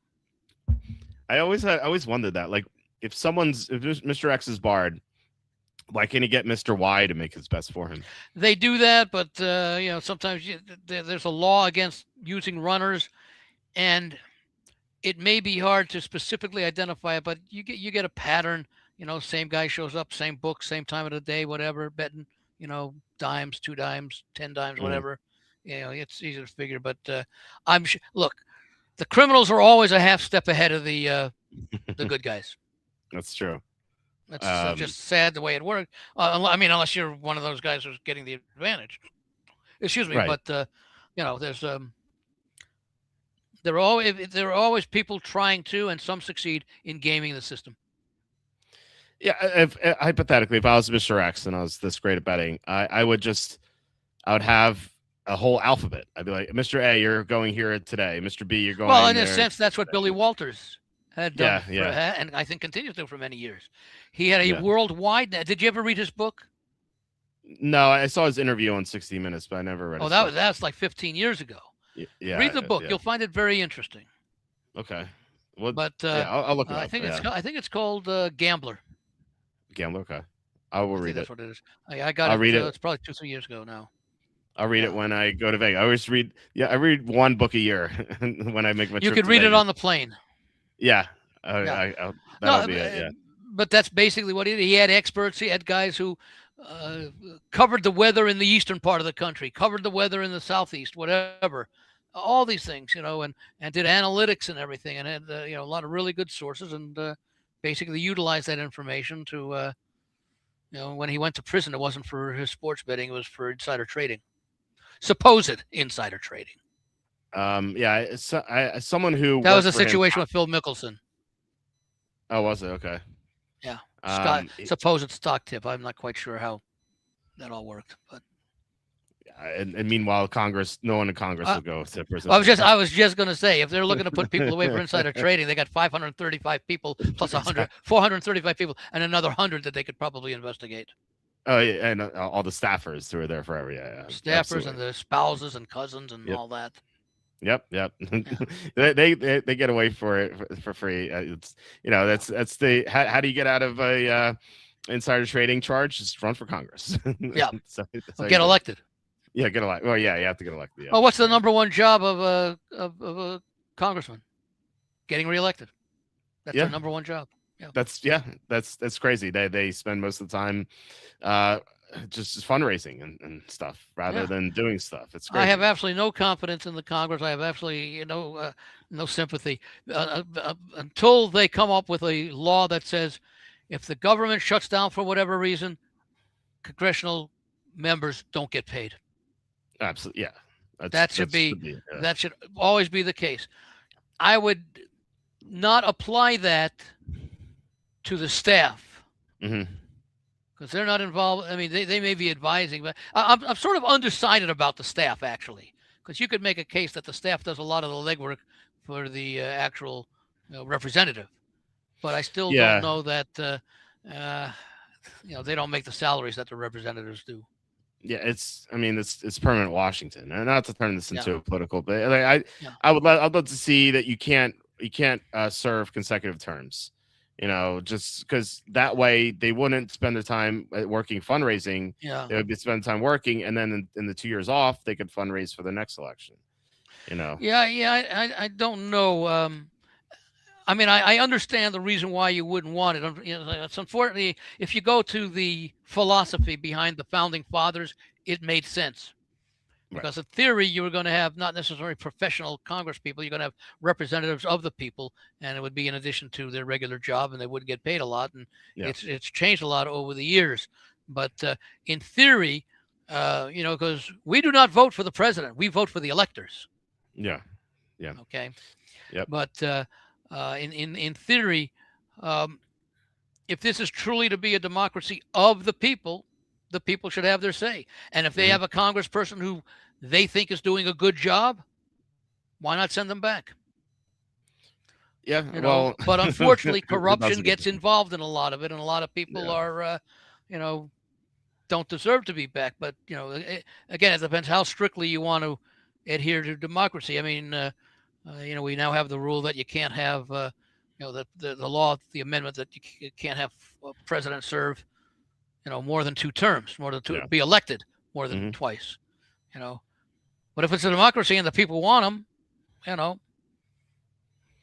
again, that's theory. Why shouldn't they Right. be allowed to? The problem is, as with everything else, when you're around for a long time and you understand the system, there are ways to game the system and get around that. Like, and again, both parties do it. Like hmm redistricting. Yep. Yep. Yeah. Okay. They both do it. So Yeah. wait, So I mean that yeah. it's only been a matter of time before people realize that there are ways around. The theory may be great, but the practicality doesn't always work that way. Yeah, it's depressing to talk about how bad it is By the there. way, But have you talked about the situation with the officials in the NFL, the referees? no, I haven't gotten to it yet because it's not official yet. We could do that after the draft. Once the draft is over, Yeah, between the draft and the schedule release. yeah. It was 2012, I believe, the last time they had the replacement officials. Was it that long Um, ago? yeah, it's 20. I remember it specifically because I was dating the girl before I met my wife, Emily. I wrote about her in my book somewhere Oh. on my desk. Is that in the Penn State book or in the 5 It list book? is safety and a field goal, which Okay. I had to order because I didn't have any copies myself. I had some copies. I Oh, don't know where they went. I wanted to read a couple chapters. I was like, "Where's my book?" I spent like a half hour looking in my house. Like, check where is Conrad's bedroom and a supply of crayons. it? Right. I was about to say when he said the book, I was like, "There's no pictures in here," but yeah, crayons would definitely change that. It might, if anyone would do that, it was actually my daughter. She loves drawing, Oh, so she would be the culprit. Conrad just wants to play Legend of Zelda on the Switch. That's what he had a full meltdown today because Lily, my daughter, she was watching TV. Is like, I want to play video games. And I'm like, you have to wait. Can you wait until the episode's over? And then I had to bribe him with gummy bears for him to calm down. So he's trying to work great. you. He's trying to game you now. I know. Yeah. Look at I had this full bag. This is a full we bag. can do the official thing. Yeah, I had this full bag, and I had a full bag, and then this is. Oh, you can't see it, but now it's folded up. So I can see a little bit there, but yeah, it's almost all gone. So that's what they did today. I'm thinking. Well, did we talk about this? Okay. Yeah, so anyway, the whole point we got into like politics because PA sucks. That's just plus 120 for Love to the Titans. Yeah. That's well. I'm not going to say it's a short price, but who's the Titans running backs right now? Tony Pollard and Tajay Spears. Love is certainly an upgrade. Oh, huge! But they have so many holes. Yeah, I wouldn't like the pick, but from what it sounds like, they love Jeremiah Love. So, and this draft class isn't very top heavy. There are 4 top end, well, maybe 5 top end prospects, and that's it. It just falls off a cliff. That's why a lot of this in analyzing. I'm sure Charlie does it. In analyzing this year's draft, you also have to keep an eye on the 2027 class. Yep, that's true. Yeah, you have a bunch of quarterbacks there. It looks the one thing I like that the Jets did is they had the opportunity to get that number 1 choice from Dallas. Mm-hmm. And they took the 2027. Yeah, that's a smart move. Which I thought was very smart. Oh yeah, absolutely. And we will talk about the Jets in a second, but let's get to these other comments. Yep. I think Giants go Caleb Downs over one of the wideouts. Harbaugh needs to Kyle Hamilton on his defense. I don't think they're going to go Downs. From what Charlie said, they want a pick who will help Jackson Dart. The one exception would be if either Bailey or Reese fell to them. But that would be shocking if that happened. Reese looks like what? The Jets, doesn't it? Jets or Cardinals / team to trade with Cardinals. Cardinals, yeah. Yeah. So we'll get to that in a second. Giants signed Darnell Mooney. I thought that happened like a month ago, didn't it? Or maybe it became official. I don't know. I thought it did. I love on Giants. It's retarded. Yeah, I don't. We talked about that. I don't like that move. But if I don't know if I would go retarded. I would say not very smart. Yeah, at least. But we don't know what they're thinking. At least he's a great prospect. It's not like they're taking Price or one of these other running backs. That would be retarded. Like that. Well, again, the thing is that I like about where they're at with Scadaboo is that they were in the same class, Dart and Scadaboo. So they're basically could play their careers together, as opposed to, having a quarterback that's towards the end of his career and now a rookie running back coming in. You've got Dart and a back and a running back who could play their whole career. Now you could say the same thing with Love as well, because you're basically talking 1 year difference between the two. So I can understand that. But again, we talked about it before, that Dart is helped by another wide receiver and an offensive line help, and they already have some decent tight ends.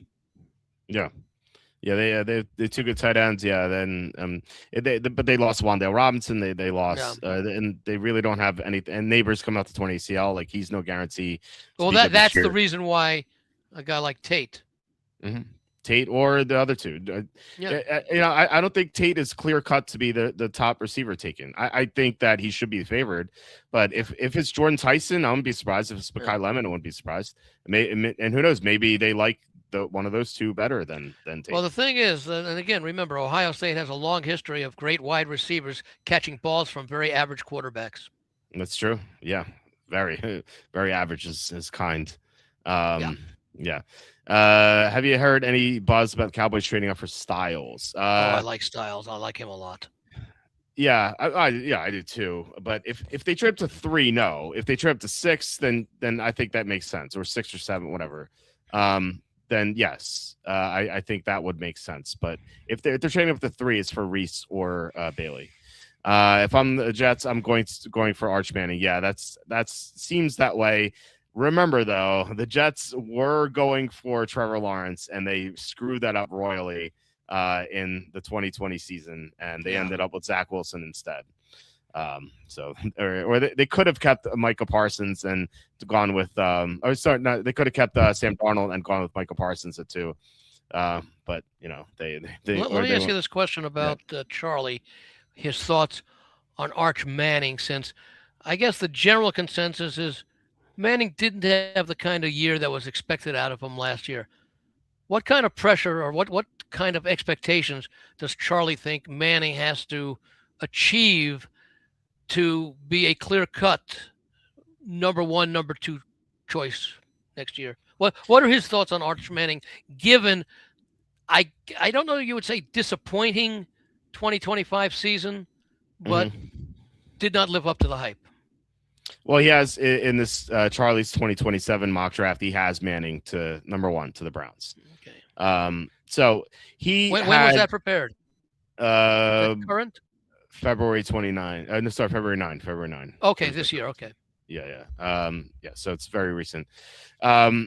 So he had a bad start. But his first game, which he was widely criticized on, it was against Ohio State's defense. It was like great defense. Right. First start, like against a great defense, like he had a bad game, but like he probably is pretty predictive that, it's probably the best defense Texas saw all year. Yeah, exactly. So, and then he got better and better progressively as the season went on. I think he looked really good at the end. So, I think we can expect big things from him this year. I'll ask Charlie on Tuesday, once we're done talking about the props, but given that he has Manning number 1, I would assume that, he expects them to have a great year and just kind of parlay the end of this season into next year. Let me phrase the question this way for Charlie. It's a really difficult question to answer, but based on what he's seen and the upside for Arch Manning, and we know the bloodlines there, has he shown that he has the potential? Forget that his last name is Manning. Does he have the potential to be an elite, perhaps even Hall of Fame quarterback? Does he have the tools, etc., for that? That would be the question. And again, it's just opinion, but look, Charlie's seen a lot of quarterbacks. We know a lot of quarterbacks. So I mean, Flash, excellent skill set. We'll ask him. A strong arm, athletic with running. He's 6'4", 225. He has the size. Is he a generational player, kind of like? And unfortunately, his career was cut short. The kind of career that was expected of Andrew Luck, who was largely living up to the expectations, but then the injury and the early retirement. Yeah, it's a shame. Trevor Lawrence had those expectations as well, and he really didn't live up to it until the end of this year when he was so good in that Denver game. He was unstoppable. There's another situation of getting the right coaching. Yeah. Oh yeah. Liam Cohn made a huge difference. Oh, 100%. Yeah. So I'll ask Charlie what he thinks about this. And this is Tuesday night, right? So I'll be listening Tuesday night. Yeah. So we'll talk about that after we do the draft props. So yeah, I'll ask him for sure. But there are a lot of good quarterbacks in next year's class. Supposedly, we'll see what the tape unearths after that, but we'll see. Under 1.5 quarterbacks went from plus 150 to minus 110 the past few days. No one's going to waste a first round pick on quarterback this year when there are so many quarterbacks in next year's draft. See, I think the Cardinals really like Ty Simpson. I think they're going to take him in the first round. I think they will. So I would go over actually 1.5. That's what I was going to say. I think that someone will trade up because there are a lot of teams that have aging quarterbacks that have rosters that are pretty much playoff rosters, and get a young kid, use the Green Bay model. Yeah, it's worked twice. Yeah, it's worked twice, and that's been over a 35-year period. Go back to Brett Favre. What was he? Early 90s? Yeah, 91. Yeah, and then you go to Aaron Rodgers, and then you go to Jordan Love for a few years. And don't forget, Dan Orlovsky said he spoke to 15 NFL GMs who all said that Simpson's better than Mendoza. I doubt that happened, but that's what he You know, said. I could understand the questions about Mendoza Yeah. because he only played the 1 year at Indiana. He went to Cal and transferred. But that 1 year at Indiana, look at the teams he beat: Yeah. Yeah. Ohio State, Yeah. Miami, the other teams that they faced. Alabama. Yeah. Yeah. Yeah. So that's one of the best examples, and there are probably others, but take a look at Ben Roethlisberger, Mm. Yep. Miami of Ohio. Nothing against Mhm. Miami of Ohio, but if you didn't know anything about Ben Roethlisberger, you would have said, "Oh, he must have played for like Southern Cal or Notre Dame or something. Look at the career he Sure. had." Yeah. So there are, or Tom Brady was a backup at Michigan. Yep. No. Yeah. So I mean, Tony it's not. Tony Romo's Eastern Illinois. Yeah, Kurt yeah, Warner's Northern Iowa. Yeah. yeah, Um. So yeah, you can always find these diamonds in the rough. But yeah, yeah. it's yeah. So Mendoza and of course Orlovsky said, "What big games did Mendoza win?" So that was pretty wild. But No, he anyway. couldn't have been serious when he said that. Oh, he was serious. Oh, If you heard the yeah, he said, "What big games?" On the McAfee Where does that show. stand with Mia Kim's comment? Mia Kim. I think her comment's still number one. Well, did you hear the comment she made about Justin Fields joining the Chiefs? You may have mentioned it, but I don't recall it offhand. Okay, so you could tell me if this is worse than Geno Smith top 10. She said one of the benefits of Justin Fields joining the Chiefs is that they can take Patrick Mahomes off the field in the fourth down, so they can run QB sneaks with Justin Fields. Now, the Geno Smith comment was still more bizarre. So it sounds more bizarre until you realize that the Chiefs were like top 5 in fourth down conversions. Yeah. And so you're gonna take the best quarterback in the NFL off the field, who's already top 5. Yeah, but that's still not as ludicrous as Geno Smith. Well, let me ask the question, okay? Yeah. What was the success rate on Patrick Mahomes doing the quarterback sneak on fourth downs? Oh, he doesn't run sneaks. Oh. Yeah. Then why would they need to take him out? Right. He's right. He's top 5 in fourth down conversions without sneaking. So why would you take him out? Are you talking about him or the offense when he's there? The offense when he's there is top 5 in fourth down conversions. Okay, yeah, because it could have been like not a quarterback sneak, maybe a designed run or a broken run that they had to go for on fourth down or something. But you're talking about the Chiefs' top when he was not necessarily involved in the play, in executing the play. Well, yeah, it's throwing or whatever, or scrambling, but he's not like tush pushing, he's not sneaking. So yeah, and I think Orlovsky's comment was more dishonest than because like he has an agenda. I pointed this out on Twitter or X, and it went viral, where when he was talking about how he thinks Simpson is better than Mendoza. I put 2 pictures up. Who is Ty Simpson's agent? CAA. Who is Dan Orlovsky's agent? CAA. Like, is there a connection here? Yeah. So yeah. And then I can understand that. Yeah. Yeah. And then McAfee asked when Orlovsky said, "What big games?" And then McAfee's like, "Bro, this is why people are saying you're getting paid to say something." So it's referring to my comment, which went pretty viral. So yeah. Who won the quarterback battle between Indiana and Alabama? Yeah, it's so lopsided. Yeah. Yeah. Not that it's ever a quarterback versus quarterback, but the point is that beating Alabama was still a nice victory for Indiana, and like I say, he proved throughout his play in winning the national championship. 1 year at Indiana, and previously it was Cal, and I forget where he was before that. But the point there is that he faced some really, really good defenses in the Big Ten, stacked with guys he's going to face as a rookie. Oh yeah. It was amazing. Yeah, I don't know how you can say Simpson's better. We had 1 year. It's crazy. Raiders have been blown away by what they've seen out of him, and all aspects: the physical and the mental, and the emotional. Yeah, he's very already level-headed. from what I read, he's already learning the playbook. Yeah. So he will be the pick. So if you want to win those $93 and lay 10 grand to win 93, you can do it. If he's abducted by aliens, I guess you'll lose the 10 grand. But yeah, it sounds like Cowboys might go for Styles. I can see that. Yeah, like I said, I think they're moving. Yeah. I think Dallas is definitely moving up. I think Arizona wants to move down, and I think Cleveland wants to move down. Do they look at Styles as a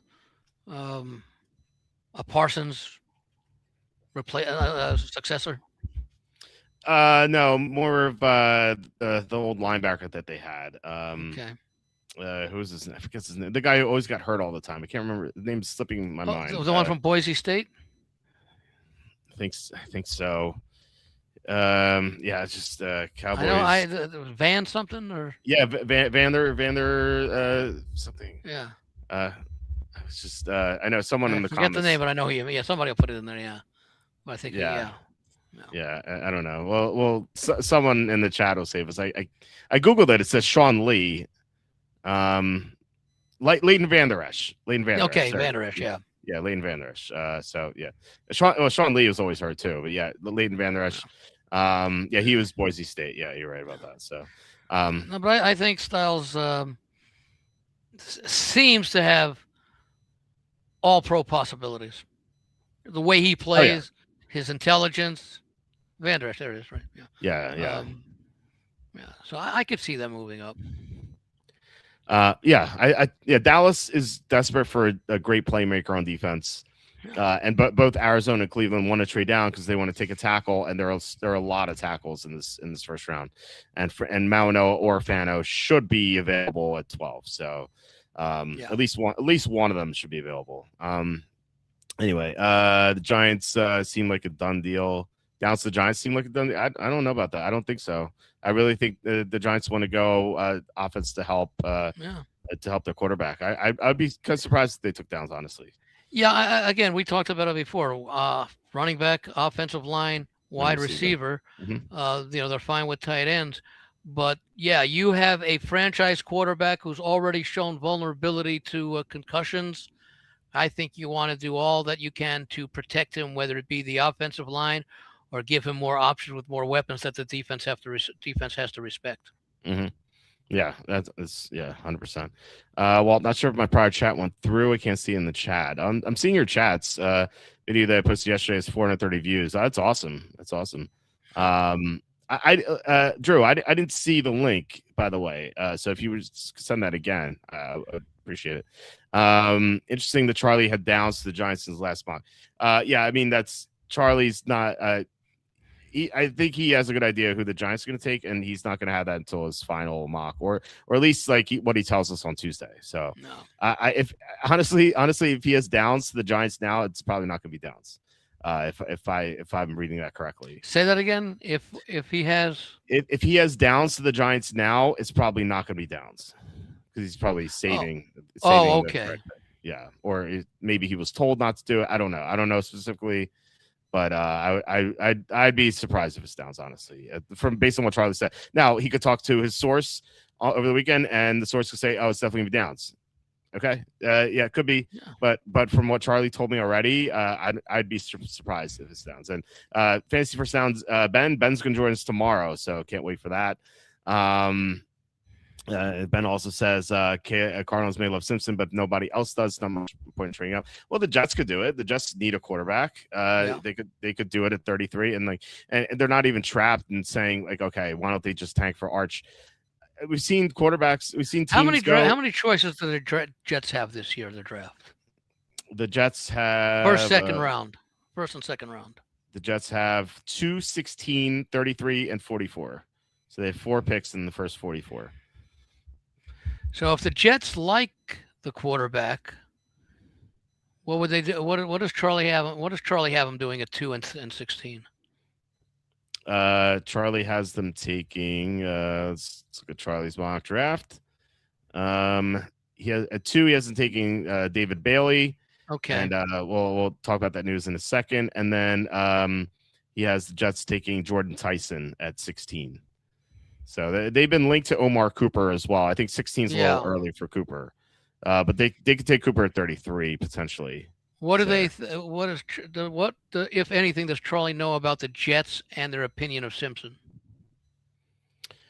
we used to have a good source of the Jets. He is not working there anymore. He's working for another team. So I don't Mhm. know how much he has on the Jets. We can ask him on Tuesday. Um, but he might have something on the Jets. I'm not sure. I'm not Because sure. the Jets are still looking for a franchise quarterback. Geno is Yeah. just a bridge. Oh yeah, and something what I was going to say. So they could take a quarterback at 33, and they could still intend to draft Arch Manning.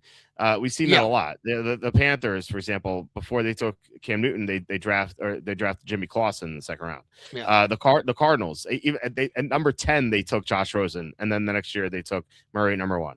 So yeah. a quarterback in this new CBA where you don't have to pay your rookies in billions of dollars, you can take a quarterback, and then if he doesn't pan out, you just take the quarterback next year. And like, Yeah, what if Simpson's great? And then they're like, okay, we like Simpson, he has a chance, and then we're gonna draft him. And then if he doesn't pan out, we could trade him for like a second or third round pick, which the Cardinals did with Josh Rosen, and the right. Vikings may do with McCarthy.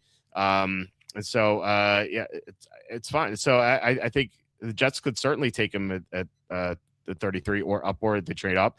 We talk about the Rams. The Rams could do it. Yeah. I'm sure they're Steelers. I don't think they will because it sounds like they like Carson Beck. But if they are hiding their love for Simpson, then they could take him at 21 If they or like Carson Beck, though, we're not talking maybe not that's even not. second round, or I have him is he to. projected second round? I have Beck to the Steelers in the third round. Third. Okay, yeah, that sounds about right. Yeah, yeah, Yeah, no, the Jets could do something with that number 16 pick, yeah. Right. They depending on could. how the 15 before them go. Mhm. They could. I mean, yeah, a wide receiver is nice. Well, they'd what? Well, we don't know who they would take. Who'd be available? Who'd you say that Cooper? Jordan Tyson at Oh, the 16. Arizona State kid. Yeah, he could go earlier. He's Yeah, you know, he has some durability concerns, but every team has different medical staff, and yeah. some medical staffs are like, oh, he's fine, and other medical staffs are like, no, we wouldn't touch him. It's so weird how that happens, but it does happen. Because they got Garrett Wilson, they got Brees Hall, so they got the makings of a decent offense. Yeah, Gino will that's it be though. an upgrade. Yeah, at receiver they have nothing else besides Yeah. Garrett Wilson.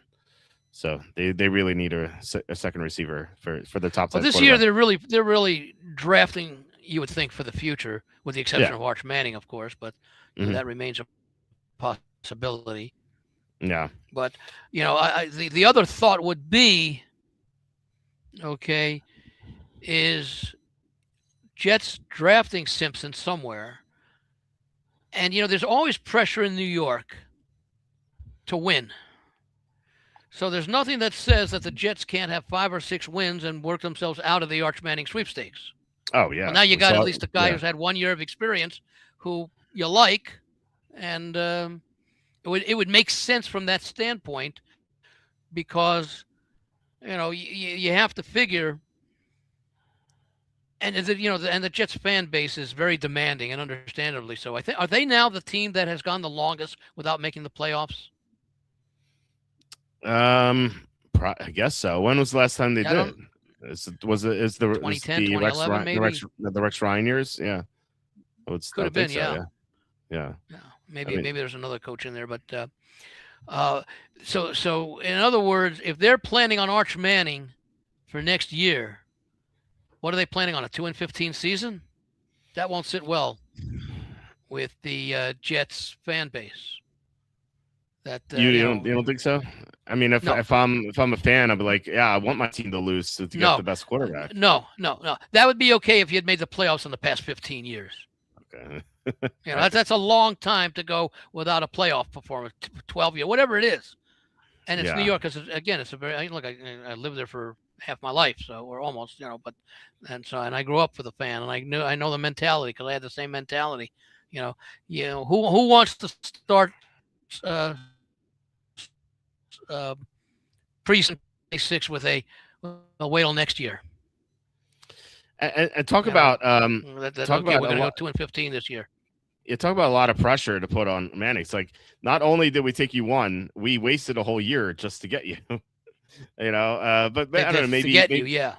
Yeah, maybe because of the name, maybe he already faces that pressure. So I don't know, but I if like I said, if I were a fan, I'd want it, but I do understand that they haven't been in the playoffs No, in if I was a fan Neon. of a team like, okay, if I'm a fan of the Giants, maybe I'd feel differently because the Giants made the playoffs in 2022.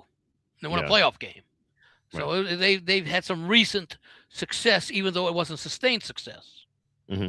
Okay, but when you have the history of failure, and he's the next, franchise quarterback, and who have they had? You mentioned Zach Wilson, you mentioned Darnold. um, Darnold. Yeah, there was an example of another guy who made it with a different team, and the Jets Hmm. have had some others over the years as well. Yeah, That Gino. I can't think that the Jets, even if they're honest amongst themselves, I can't believe that they're going into this season saying let's tank. Um, Because that may be I the only way you get the number. That's you only get the number one choices almost by tanking, certainly middle of the season. But by the middle of the season, if you won 5 or 6 games, that's already too many. right. Yeah. What's the worst record in the league? 2-15, 3-14. Probably, yeah, unless you have just a complete outlier like we had the consecutive years with the Aaron Lions Glenn and the is gone if Browns. they start 0-7, 0-6. Yeah. Yeah. I mean, look, yeah, Glenn is definitely fighting for his job. I mean, you could argue he should have been fired after this past year. But Management didn't do him any favors with some of the trades they made. yeah, that's certainly true. But I mean, even when they had Gardner and Williams, they were still awful. Yeah. So and he's supposed to be a defensive coach. The defense is terrible. Yeah. And that's been their strength the last few years. Yeah, had been. They got worse prior with to him. last year. Yeah, they got worse with him. Yeah, so that's why I could see the Jets considering Simpson for the second pick. Yeah, the number Second 16. round pick, you mean? No, even okay, number 6, even the number 16. Okay. Because they pick 33 or 34. 33. I thought Arizona I thought they had the top pick in the second round. But you say they're second. Arizona. I heard that somewhere. I didn't think it was so. But Arizona's 34. Jets of 33. yeah. Yeah, I thought that was the case, and then someone said Arizona could pick him in the second round, but maybe they had already eliminated the Jets as a possibility. Maybe. Yeah, they could trade down from 16 to take him. Yeah, maybe they trade down for 16 and they get Arizona's second round pick and maybe a third round pick from Arizona. Mm-hmm. Yeah.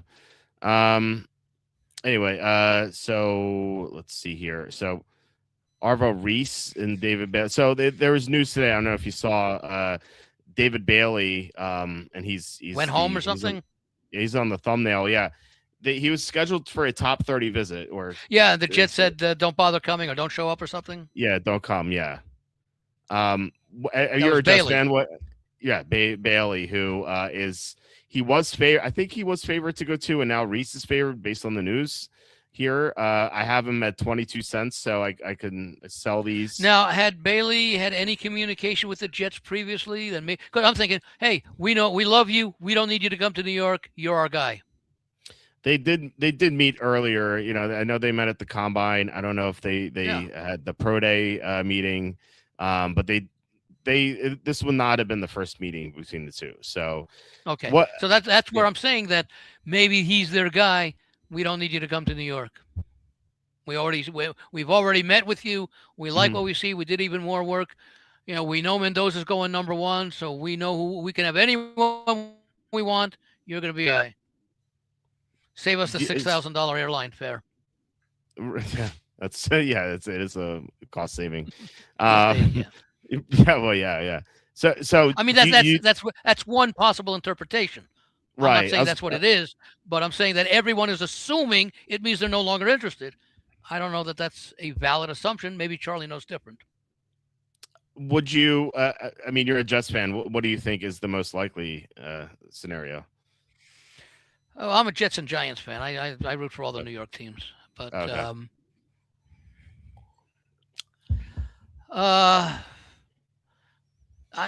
those guys they are almost interchangeable as far as opinions go.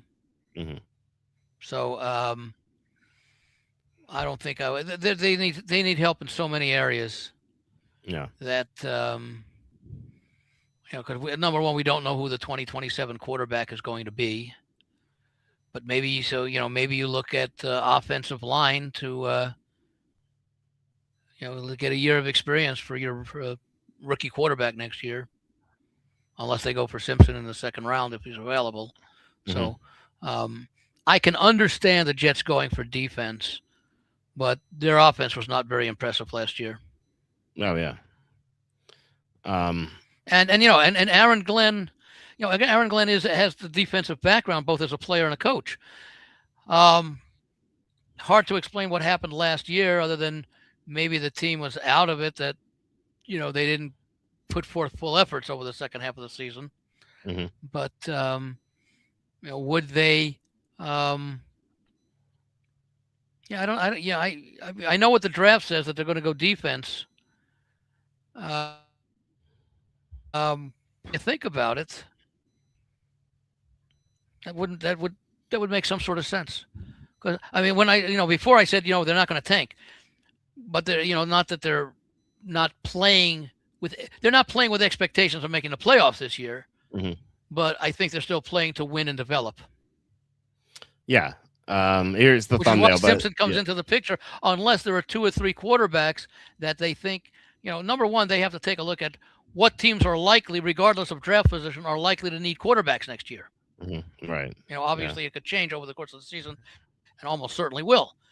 So they have to decide: is there a quarterback that, how would they rank the quarterbacks behind Arch Manning for next year, and would they be comfortable with getting the 3rd, 4th, or 5th best if they have a modest season, 7-10, something like that? Well, I don't think the fans will like that, because they had that recent experience getting Wilson over Lawrence. So they look like they're going to tanking, because they had 0 wins heading into week 13, and then they beat the Rams as 15-point underdogs or something, and then they beat the Browns, I think it was the Browns. So they ended up winning 2 games, and they were out of the Lawrence sweepstakes, and they settled for Wilson. Yeah, so they settled for Wilson. So who I never thought was all that great, coming into the draft. Yeah, Wilson, another guy. Was any special. Yeah, another guy who had 1 year of experience, and another failure there. So the boss, $4.99 super chat. Thank you. He says, nice thumbnail. This is the thumbnail that we had today, where this New York police officer is telling David Bailey to go home. Do not enter New York City.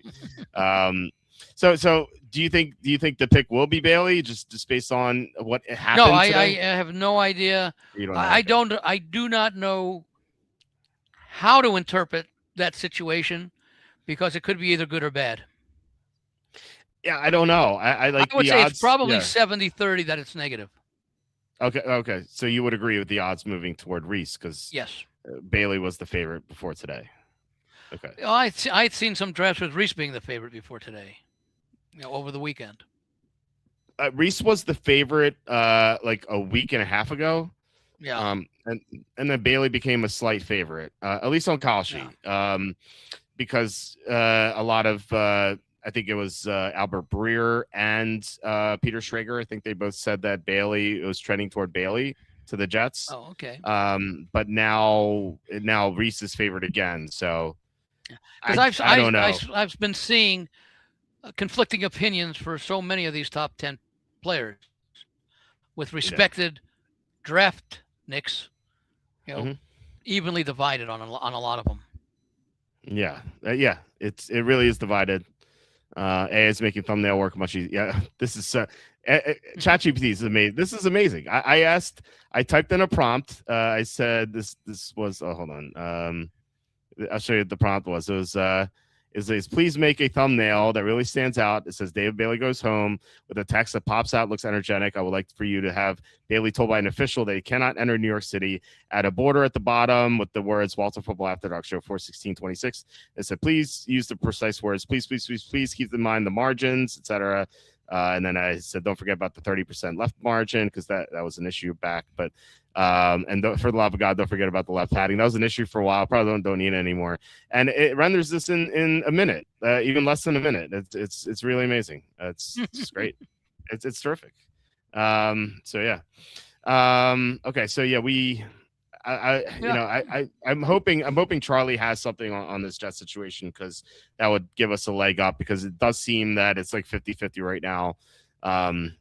And really, I was 51-49 on Reese after the combine. Reese had the better combine than Bailey, but Bailey had a great combine too. I was 51-49, and then the Breers of the world and the Schregers of the world come out and have Bailey at 2. So I'm like, okay, I guess it's Bailey. I really don't have, or at least I don't have a read on the Now, who was it right in now. addition to Schrager who came out? Albert Breer, he used to work for NFL Network, but I believe he's with Sports Illustrated. Both of them did. Both of them did. Yeah. Mm-hmm. And isn't Schrager based out of New York now? Where's Albert Breer based out of? He works for Sports Illustrated, so I don't know where they are. I was going to say, I don't even know. Yeah, but I'm just thinking that Schrager may, even though he's only been there for, well, he's been out in New York even when he was with NFL Network, I believe.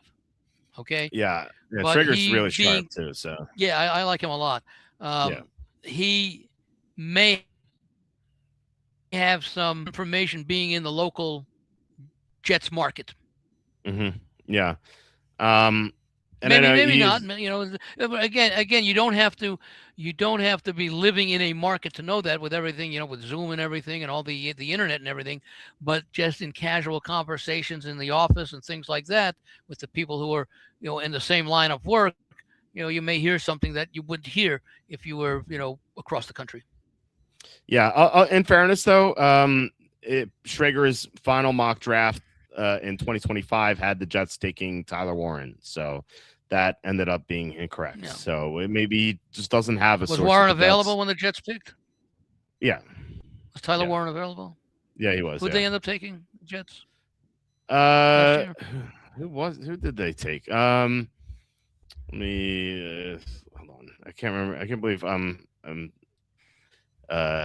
took Membu, of course. They took Arvon Membu at 7. Okay. Although in fairness to Schrager, maybe the Jets didn't think Membu would be there. I'd have to look at Schrager's mock draft. Was that a draft day trade? It was the Jaguars trading up to take Hunter, which really screwed up everything because the Raiders thought that Genty would be off the board. Because the Jaguars were probably going to take Genty if they didn't move up, but they did move up and they took Hunter, and so the Raiders, having Genty available, took Membu, and so maybe the Jets just thought Membu would be off the board, and that's why they were going to take Warren. I'm looking at his mock draft right now. He did have Membu off the board at 6, so. So maybe the Jets' backup plan was Warren if Membu wasn't there. So I wouldn't read into anything into that pick. Yeah, see, it just takes one trade to screw everything up. Oh yeah, it's crazy. It doesn't mean that you were wrong necessarily, because in other words, doing the mock drafts is a combination of where you go and to whom you go, and the two are so closely related that if there's a trade and all of a sudden the guy picking number 2 is now picking number 7 because of a trade, everything's out the window, or a large part of it is. It's so frustrating that I spent 2 years on these mock drafts. Like I've 2027 up there already, and I'll have 2028 soon. I spent 2 years on this, and trade happens, everything goes awry. When does Conrad appear in the draft? When do you get the 2044 draft done? Well, my goal for him is to be punter, so we'll have him in the 5th round. I'll bump up to the 4th round. I'll be biased. I'll admit it. When will that 2024 draft be available? Another 2-3 years. When he'll be eligible? He's 4 right now, so. As he always says, Lily, I'm 4, you're 2, I'm bigger than you. and then she goes, no, I'm bigger than you. So let's say 18 years from now. Well, yeah, that's 2044. He'll be 22. He'll be meshed in between the Hills and the Diggses. It'll be Hills, Diggs, Sharpinski, Hills, Diggs, Hills, Diggs. I don't know which conference he'll go to, but we'll see. If they need a punter, they'll take him. So, but that's it. That once there is movement near the top, I'm not going to say throw your draft lists out, but you should not be surprised if things get shaken up. Doesn't happen every year, depending upon who the trade is, but because I'm sure every team, even in the top, especially in the top 10, have Mhm. alternate picks. Oh yeah. If A, they're surprised by a team ahead of them, or B, which is I think the more likely scenario, considering how well these draft people tend to know the order. If there's no trades generally be the disruptive part of it. Yeah, definitely. Yeah, teams have their draft boards. They've sometimes to do tiers and stuff like that. Yeah. And it's really interesting that a lot of teams don't really know where the prospects are going to go, and that's why they look at mock drafts and whatnot. So yeah, Sorry, they don't know where the what's are going to go. they don't know where prospects are going to go. Like they seem. I thought you said like, prop bets. probably yeah. Well, I know of team employees who bet on NFL, so that does happen. I'm not surprised. High level, probably high yes, level as well. high level, yeah. High level, yeah. Jerry Jones. I don't know about Jerry Jones. We probably but no, we have we have Congress making money on stocks. We're gonna have high level NFL employees making money. Not, on NFL I mean, props. Jerry Jones doesn't go to the sports book, but Oh yeah, I mean he'll have Mr. Y will go for him. I don't know. Yeah, I don't know that that's true, but would I be surprised if it is? No. Yeah, I imagine stuff like that will happen. By the way, we were Charlie and I were in, I think it was Houston for the Super Bowl between the Patriots and the Falcons, and we were with someone. We were with that high level employee in a it was some kind of club or something, and then suddenly the Dallas Cowboys bus rolls in, and out comes Jason Garrett and Jason Witten, and like wow, like were they players or was it Garrett a coach at the time? Garrett was a coach at the time. I don't know if Witten was retired yet or if he was still there. I'm not sure, but I remember seeing those two guys. It's like I was like, is Jerry Jones there too? I didn't see him though. Did they come in and sit down with you? Oh no. They had a VIP room upstairs, which we were not invited to. But anyway, the drinks there were like $100. It was crazy. Anyway, it's insane. It's a good thing that you're not going to the World Cup in New York. I read yesterday, I think it was, that the New Jersey Transit Authority is charging $100 to go from Penn Station to MetLife Stadium for the World Cup matches. $100. Wow. Yep. That's crazy.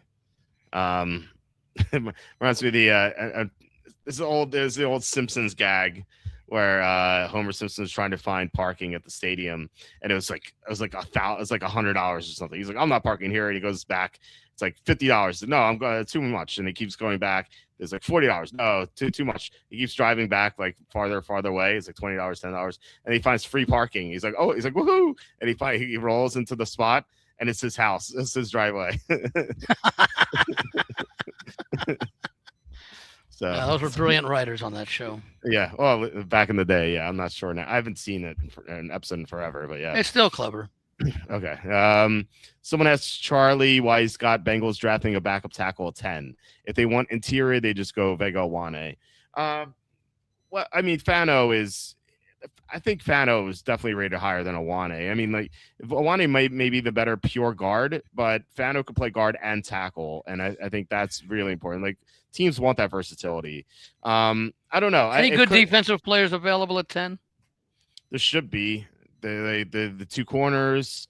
You have McCoy and Delane. Because that's really, we've said it for the last few years. That's really a critical need. Any position on defense. Yeah. For the Bengals. Yeah, any position. But then again, protecting Burrow is the need too, and they don't have good guards.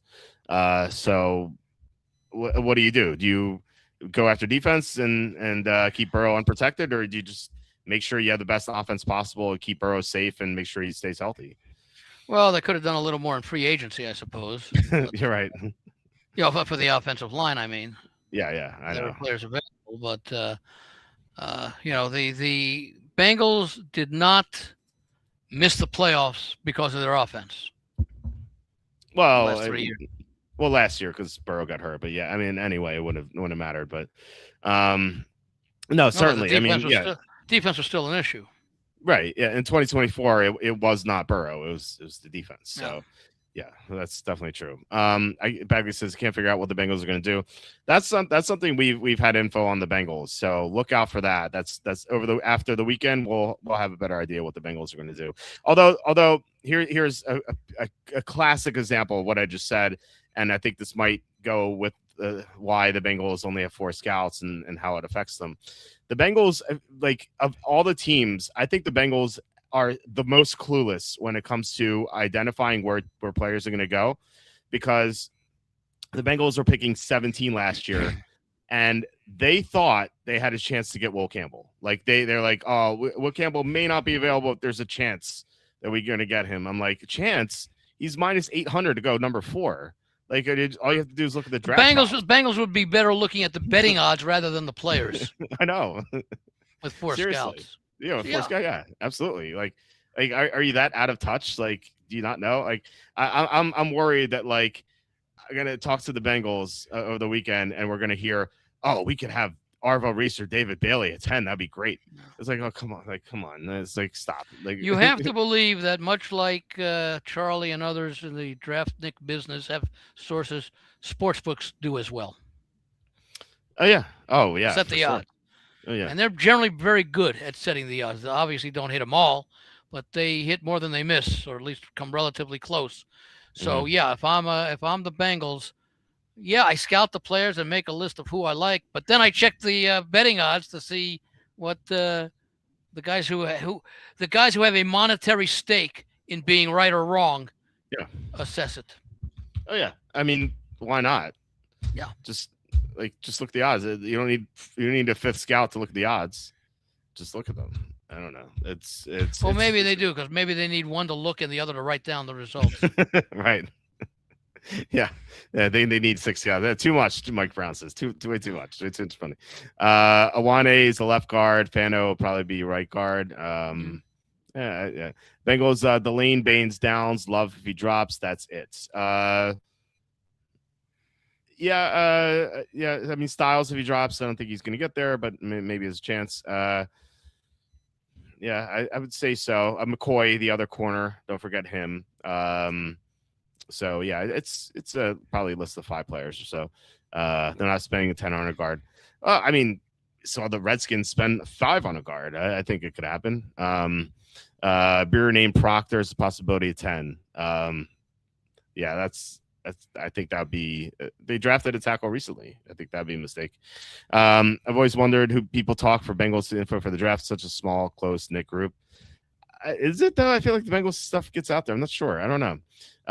Clues pointing to the Texans grabbing Peter Woods if he's there. I mean, we have both Charlie and I have Woods off the board at 26. But yeah, if he's there, I think that would be a likely pick.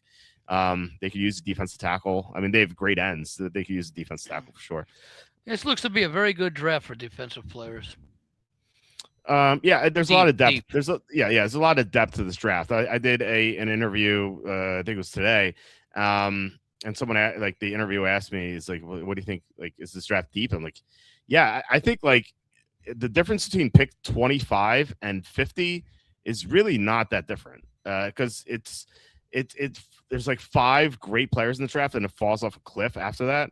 But then like it's very flat after that. Like it just feels like there might be like 12 first round picks or 13 graded first round picks, but like there might be like 50 or 60 second round prospects. So it is very deep for sure. Chargers probably take him first. Yeah, the Chargers could take Woods or McDonald. McDonald's the other defensive tackle. They have extra capital to trade. Yeah, as Heidenreich the best player in the draft. Heidenreich. Okay, so I don't know if you wanted to. Do you have some props in front of you? Is that correct? I do not. No. Oh, I thought you did. I thought. Oh no. There might be some that I could discuss with you that you bring up. Okay. Yeah. So if anyone in the chat has any ideas, I mean, Ben and I are going to do this tomorrow as well.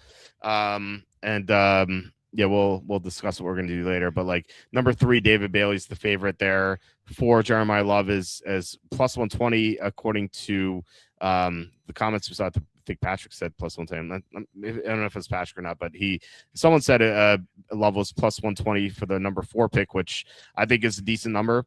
And then 5, the Giants, it's all over the place. It's funny, the Styles is the favorite. I don't think it's gonna be Styles. I really don't. No. And so in fact, a couple of publications that I've seen, and it's dated a little bit, also do have Caleb Downs. Okay. Well, this will be, I think, a good money making opportunity for us because Charlie tends to get info on the Giants, and I think we're going to know who the first 4 picks are. It's going to be Mendoza, and then Bailey / Reese in some order, and then Love. And so if we know it's not Styles, and Styles is the big favorite, and Downs is number 2, if we know it's not them, then we're going to have a great chance to make a lot of money here. Like even Tate is, what is? Oh, you mean with the Giants? With the Giants, yes. Yeah. Tate's plus 324. Who are some other offensive players here? If it's a receiver, let's go to like Mekhi Lemon. If you think it's Mekhi Lemon, he's plus 1864, 18 to 1, 18.6 to 1. Like if we know it's Mekhi Lemon or the other receiver, Tyson, assume he's the same price. He's actually a little bit less. Tyson is plus 979, still almost 10 to 1. If we think it's one of them, that would be great. So yeah, that's something that Charlie will have for us. Fano even is plus 689, so almost 7 to 1.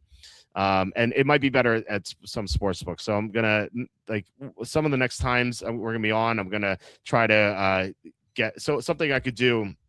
I told you I can't see the odds in DraftKings and FanDuel. What I can do is I can use a VPN. Say I'm in New Jersey, pull up those odds, and then turn my VPN off, and then I can share the screen. I can't bet it. The screen, right? Or save the screen. Save the screen. Yeah, I can't bet it because DraftKings is great with the VPNs. I once got in trouble just being on the site with the VPN accidentally. And they emailed me. They're like, "Hey, we saw you're using a VPN. Please turn it off." I'm like, wow, like I didn't even bet anything, you know. But yeah, so what would you have it on for, like half a minute? Well, I wouldn't be logged in. I would use a different browser. I'd have a VPN on, and then I would, like I said, save the screen and then turn off the VPN because I can't have a VPN. You'd be in there for all of 30 seconds. Well, I wouldn't be logged in, so it wouldn't matter. Well, I mean, on the site, you'd be on the site for 30 seconds with a VPN. Yeah, it wouldn't really matter how long I'm on the site for, but if I'm not logged in, if I was logged in, yeah, I would not be on for very long. But if I'm not, then they know who you are. Yeah, if I'm not logged in, it doesn't matter. I thought they would take the VPN regardless of whether you're logged in or not. Well, if you're not logged in, they don't know who you are, right? You could just be but couldn't they send something to the to whoever's running that VPN? An email or something? VPN Express? No, or that's when I use. No, they wouldn't do anything. So, would you? In other words, they got you when you were logged in. Yeah, I was logged in and I was there. That's they sent me the message. Yeah. Would you take Love at 4 if you had Titans? No, I would not. I would not spend a high pick on a running back unless I'm like if the Titans got this pick via trade and they're already a good team. You know, for like example, the Rams at 13. Like if the Rams got the pick from. Who they got the pick from? Was it the Falcons? Anyway, if they got that, pick the 13 is from the Falcons. Yeah, so if the Falcons were bad enough to have the 4th pick, and let's say hypothetically, if the Rams had the 4th pick, and they took Jeremiah Love, I would think that would be a good move because they're a team on the cusp of the Super Bowl, and while it's not a big need, it's like a great player to put them over the top, kind of like Saquon Barkley. Putting the Eagles over the top. I think that would be very similar, but the Titans are nowhere close to being even a playoff team. So they need a lot. And I think a running back doesn't solve their problems. So now if you're not ready to contend, and we've had the discussion before, you want to build your offensive and defensive lines. Mm-hmm. If you're really not, if you don't expect to be a playoff contender. Absolutely. Yeah. I always said that the 3 things you need to be good in the NFL. You need a quarterback, you need to protect your quarterback, and you need to get to the other quarterback. Yeah. And the Titans can't do 2 of those 3 things, and the jury's still out on Cam Ward. So let's see. Giants. Yeah, you really don't know about Cam Ward until you have an acceptable offensive line. Yeah. which they didn't last year. He took so many sacks. It was, every week, and he got better I at mean, the just end. take a look that we saw had the improvement in Caleb Williams. Oh yeah, huge improvement. Yeah, They provided some, with Ben Johnson, they provided offensive help in several areas to him. Mm-hmm. And he was a totally different quarterback in 25 than he was in 24. Oh yeah, 100%. Yeah. Okay, so here we have the 6th pick.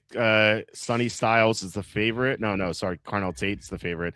But Sonny Styles is the second favorite. I think this assumes that there's gonna be a trade, which definitely happened. I if the Browns stay at 6, doesn't seem likely they're gonna take Styles because they have Swessinger from last year. 7, where's the 7? So this is all over the place. 7 with the Redskins. We have Jeremiah Love is the favorite, even though we found that could be there. So there could be a good opportunity to make some money here. Who's that guy at 53%? Dylan Thieneman, but it says it's only 11%. So yeah, there's not a lot of volume here. It's only 24,000 because this is a fairly new bet. So you're moving the line a lot by betting $100. Just not a lot of volume here yet. Which there will be much more volume next week. And then number 8, we have the Saints. Charlie told me that the Saints really like Caleb Downs, and so if he's here, he's 7 cents. That is plus 268 right now on Kalshi. But again, this is it can move from 11% to 26% just betting $100. So there should be better opportunities. But then again, Caleb Downs may not be here, so don't go betting this yet. Wait for Charlie. But I think we could have something there. Number 9 is the Chiefs. You have Malinois and Ruben Bain and Delane are the 3 favorites. I have Bain to the Chiefs right now. That'd be a good pick. Yeah, despite the off the field issue that he had recently, but from what I heard, it wasn't that recent, was it? I mean, it became an issue recently, but the incident itself occurred several years ago. Yeah, it came to light recently, but it happened. I think. But apparently, they said everyone knew about it. Everyone that's what I heard. Yeah, that's what I heard. About it. Yeah, I don't think it's going to cause them to fall. And then number 10, which is the Bengals. We talked about. Someone said they don't know. I think it was Bagley said didn't know what they're going to do. Well, Caleb Downs is the favorite, so if he's there, I would suspect they're going to take him. But like I said, we'll have info on the Bengals. I'm hoping they give us like a name out of the blue, like a Peter Woods. That'd be awesome. That'd be nice way to make money there.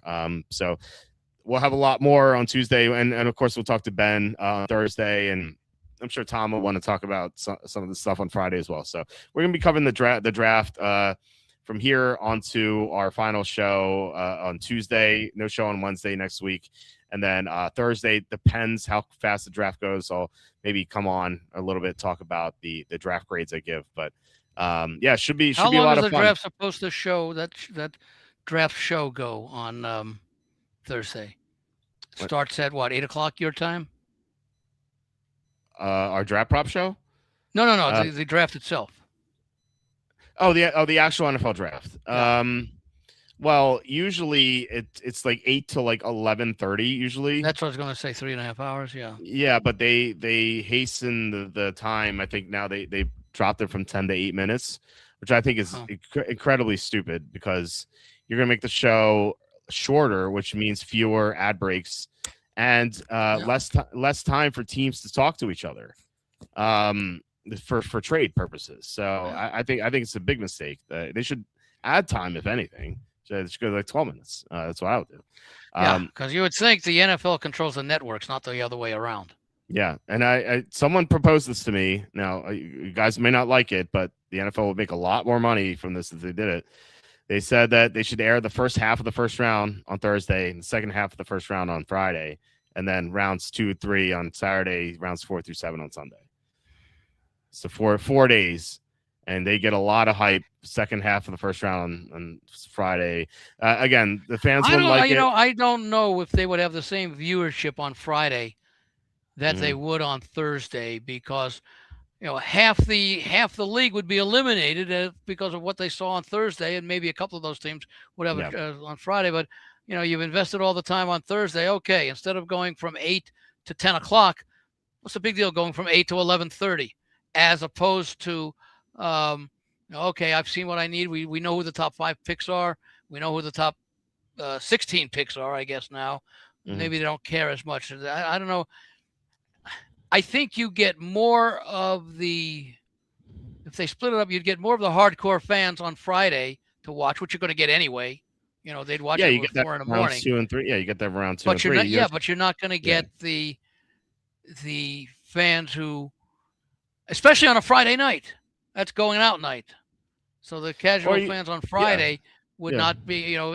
If you've already seen picks 1 through 16. Now, the other thought is, and I don't know how much it helps, but you can always record this stuff, Yeah, they could do and they get Wednesday, figured Thursday, into the Friday. ratings. Yeah, they could do Wednesday, Thursday, Friday, Saturday. That's always a possibility too, for if you're worrying about the Yeah. going out crowd. Yeah, or Bagley says do round 1 Thursday, round 2, 3, 4, and then 5, 7. Yeah, I would like that. Yeah. Yeah, yeah, Isn't that'd that be how do great. they do it now? They Two do and three on one, Friday. yeah, 2 and 3 on Friday, and then 4 through 7. It feels rushed. Like, and Yeah. I was like, why rush it? Just take time. Like, you have nothing else going on. There's the schedule release in 2 weeks, and then that's it until training camp starts. Like, milk it. You know, I'm not saying have Well, it I a think there's whole a week, certain but point where there's oversaturation. I agree. But if you limit it to one weekend, then just limit. Like, why is there no draft on Sunday? I think that's ridiculous. Why don't it's Sunday afternoon? I mean, people are going to be watching stuff. Sunday's typically a big No, watch this day. time of the year, people are starting to go out and have picnics and stuff. I don't know. I mean, the NFL and the NBA playoffs always airs their Now, if you games want to have on it Sunday Sunday. night, maybe. Oh yeah, sure. It could be Sunday night. Yeah, could be. They could have it like 7 o'clock or something. I Yeah. don't know how many people want to give up Saturday and Sunday watching TV. I mean, If you're if it's single, only maybe. If you're 85, maybe. well, I don't know. But if you're People a don't go. typical American family between the ages of, let's say, 25 through 50, you Yeah. probably want to do something at least on one of those 2 days. Well, Right now, it's Sunday. You're able to do that. people don't go out as much these days anymore. It's I don't know why. I mean, I don't know. they have the I stats on the haven't seen any numbers on that. Well, they have the stats on drinking being down. You know, a lot of Oh. people are smoking more weed. You know, Are or not? oh, they are. Yeah, that's Are. part of the reason why drinking is down. So Yeah, because they're probably staying home and doing it. Yeah, that makes sense. yeah, so they're staying home, smoke some weed, and then watch the NFL draft. It sounds great. Yeah. Or Well, I have a think gumdrop. also the other thing, and keep in mind, because it starts now, people over the weekend going to be watching the NBA playoffs, the NHL Yeah. playoffs, Major League Baseball. They've already got their TV weekend planned out. Yeah, but if Same you're the thing on NFL, Friday nights. well, the NFL cut into the NBA with Christmas. Why not cut into the NBA playoffs? Like, that's the NFL's king. The draft will outproduce the NBA playoffs. It's guaranteed, even if it's round 5 through 7. Yeah, well, on Thursday, yeah, you still have that. Well, no, actually, there are no games tomorrow. Everything, the remaining no 2 games are games. on Friday. Which is a little crazy. I don't know why they did it that way, but Well, the winners on Friday won't play until Sunday. The first 4 playoff games will be on Saturday. I think 2 of them are known on Sunday, and then. But why didn't they do the East Coast games? Eastern Conference games on Tuesday, the Western Conference games on Wednesday, and then you have the East final game on Thursday and the West final game on Friday. I don't know. I don't know if they did. I don't remember if they did it that way last year, but that certainly makes sense. Other than maybe you want to try to attract, maybe the NBA says, let's get a national audience. It's basketball, and we'll give one East Coast game, one West Conference game. Yeah, it goes to what you were saying. Like, why would you put games on Friday anyway? Like, Thursday's a much bigger draw for sports. But the NFL outdraws, the NBA. Oh yeah, and the NFL generally draws a more widespread audience than does the NBA. Although I did hear that NBA viewership this year was up like a huge, like 80% or something. Really? Well, it's on different networks. I find hard to believe considering all the games that were tanked. But it might be that is some of the games on NBC, which is more accessible. Yeah, maybe that's it. Network, yeah. Yeah, but yeah, and like I said, NFL preseason game would outdraw an NBA playoff game. That's how much huge. Well, certainly the Thursday part of the draft would outdo that. Mm-hmm. Oh yeah. I don't know if Friday would. Oh, I think Friday definitely would. I don't. Well, how I'm does it not do as now? I mean, I don't know how it does. How did it do last year when you had rounds 2 and 3 on Friday?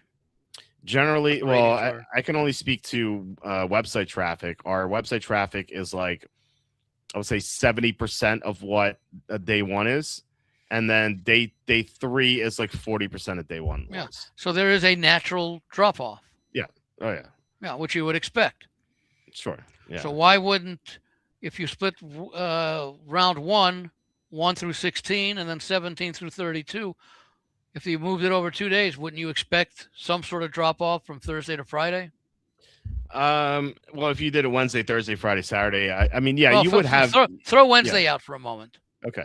Yeah, you would because that's have. what's being Sure. discussed. Yeah. You would have a slight drop off, but I mean, the viewership is still super high, even if there is a drop off. Like Saturday viewership's big. Like it's that Saturday's our third biggest traffic day of the year, and it's not I'm even not talking about close. you. I'm talking about Yeah, the traffic for the NFL for the telecast of the draft. yeah, But your site is probably somewhat representative of yeah. the interest.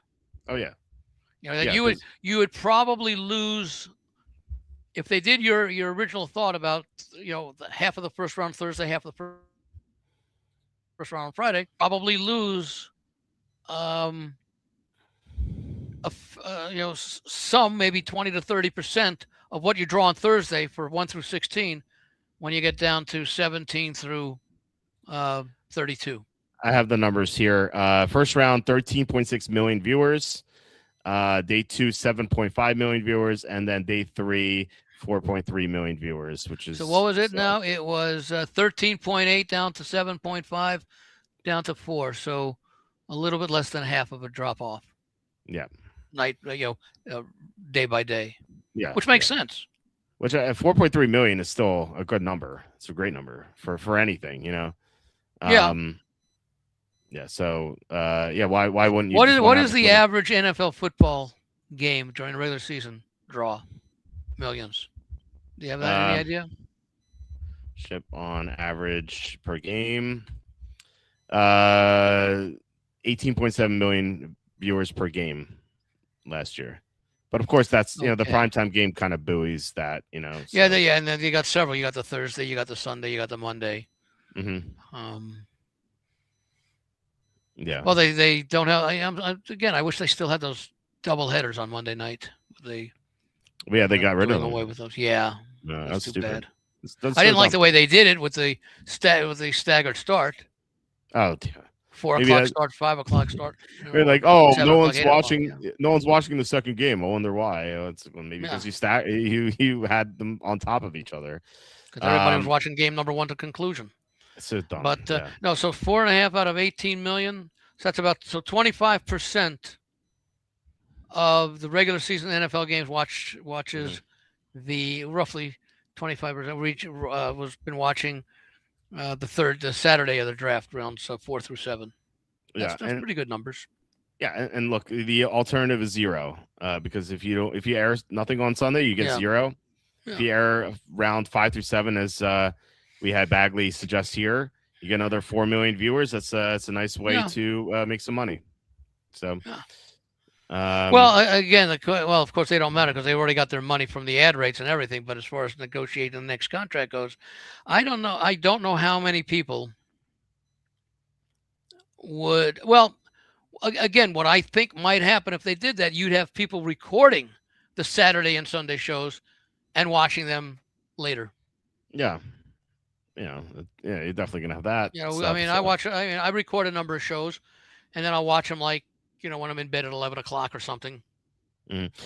Something else. Yeah, something else to keep in mind. Something else to keep in mind. In addition to TV viewership, you're also gonna have a lot of traffic on NFL.com to track the draft, and that's got to be a huge. I know it is for me, a huge day of viewership for NFL.com, and I bet that website makes a lot of money that day. So those 3 days. But you're still spreading it out. You're spreading your 8 hours, let's say, of telecast over 8 hours, but you're just allocating it differently. Yeah, but I mean, if you don't shorten the picks to 8 minutes and you have it like 12 minutes instead, you get to milk it as much as possible. Oh, we're back to that. Yeah, I could certainly for the first round. Yeah, the draft used to be a bunch of nerds in the conference room. Yeah, he did that. Yeah, Goodell, he does a lot of bad things, but Yeah, that is but he certainly does a a number of good good thing. things too. Yeah. Oh yeah, yeah. He's done some good things for sure. Yeah, I agree with that. What was that? Um. What was that comment that you had up there? Oh, so yeah, yeah. He's a bunch of nerds in the conference room turned into a worldwide spectacle. Yeah, Yeah, yeah. He did. Yeah. I well, I did think that West was done Coast. before Goodell. They expanded the. Um, didn't who was commissioner when they finally took it out of New York the first time? Was that Goodell or was that Tagliabue? I think it was Goodell, because what happened was it was 2014 that pissed Goodell off. You never want to cross Goodell, as I've learned. You get banned from the Yeah. combine. They in 2014 they moved the draft from the end of April. It's always the last weekend of April. Right. They moved it to the second weekend of May, because New York booked their whatever arena it was, for some like Madison Square Garden, it's not a which is where Madison they Square used to Garden. hold it. It's like the Radio City Music Hall or something, Oh, wherever it okay, maybe it was is. Radio City in those days. Yeah. Yeah, yeah, wherever it was. They booked it for like a car show or something, and so the NFL had to move the draft. And I know Goodell was pissed about that, and I think that's when he first said, "We're taking it out of New York. You don't do this to Yeah. us." So that's Well, you that's would why he think did that it. if it's Radio City, they would know, unless the people who ran the cars with the NFL had been paying. Yeah, right. That's probably what it was. Yeah, I Maybe mean, the it's like NFL wasn't paying them much. if Radio City knows that the draft is being held, the last weekend in April every year, why would you Hmm. book it for a car show knowing that the NFL is going to be in that usual time spot? Well, a wise man once said, if you don't know the answer to a question, the answer is money. And so they Even as you if you said, do know the answer, money just confirms it. right, right. That Yeah, they so get that answer. it's probably a car dealership show or whatever paying them more. That's what I So said. yeah, Yeah. yeah, yeah, that's what you said. So the that's why Goodell moved the draft, and from from Charlie's Which, sources, by the way, and I like that move. Spread it yeah, around the I do country. too. Yeah, I do too. It's a big So event. It was beautiful when it was here in Vegas. yeah, yeah. So from what Charlie said, his sources told him, and I speak to some of the sources at least. They said that draft was the most prepared draft they've ever had because they had 2 extra weeks to scout. Yeah. It meant the world to them. Like they got so much more done, and everything. Teams and the coaches, they felt more prepared for the draft. It really should be like the second weekend of May. Um, but I don't know why they stick to the last weekend of April. It doesn't Well, make I sense. think they like it because of the scheduling dynamics with OTAs, the schedule release, the mini Hmm. camps, the Yeah. start of the preseason. You can't push it too far, too late. Yeah, I know that, but I kind of like it the way it is now. I mean, you okay. have. I mean, look at it this way: you've got the Super Bowl early February, then 3 weeks later you have the start of free agency, Yeah. and the combine, and then the start of free agency, and the start of the new year's a week later after that, the league year. Then you have the pro days for the draft prospects, in late March, early April. Mhm. And then you have the draft at the end of April, and then you have the schedule release in mid-May, and then right after Memorial Day, you start the little mini camps. Yeah.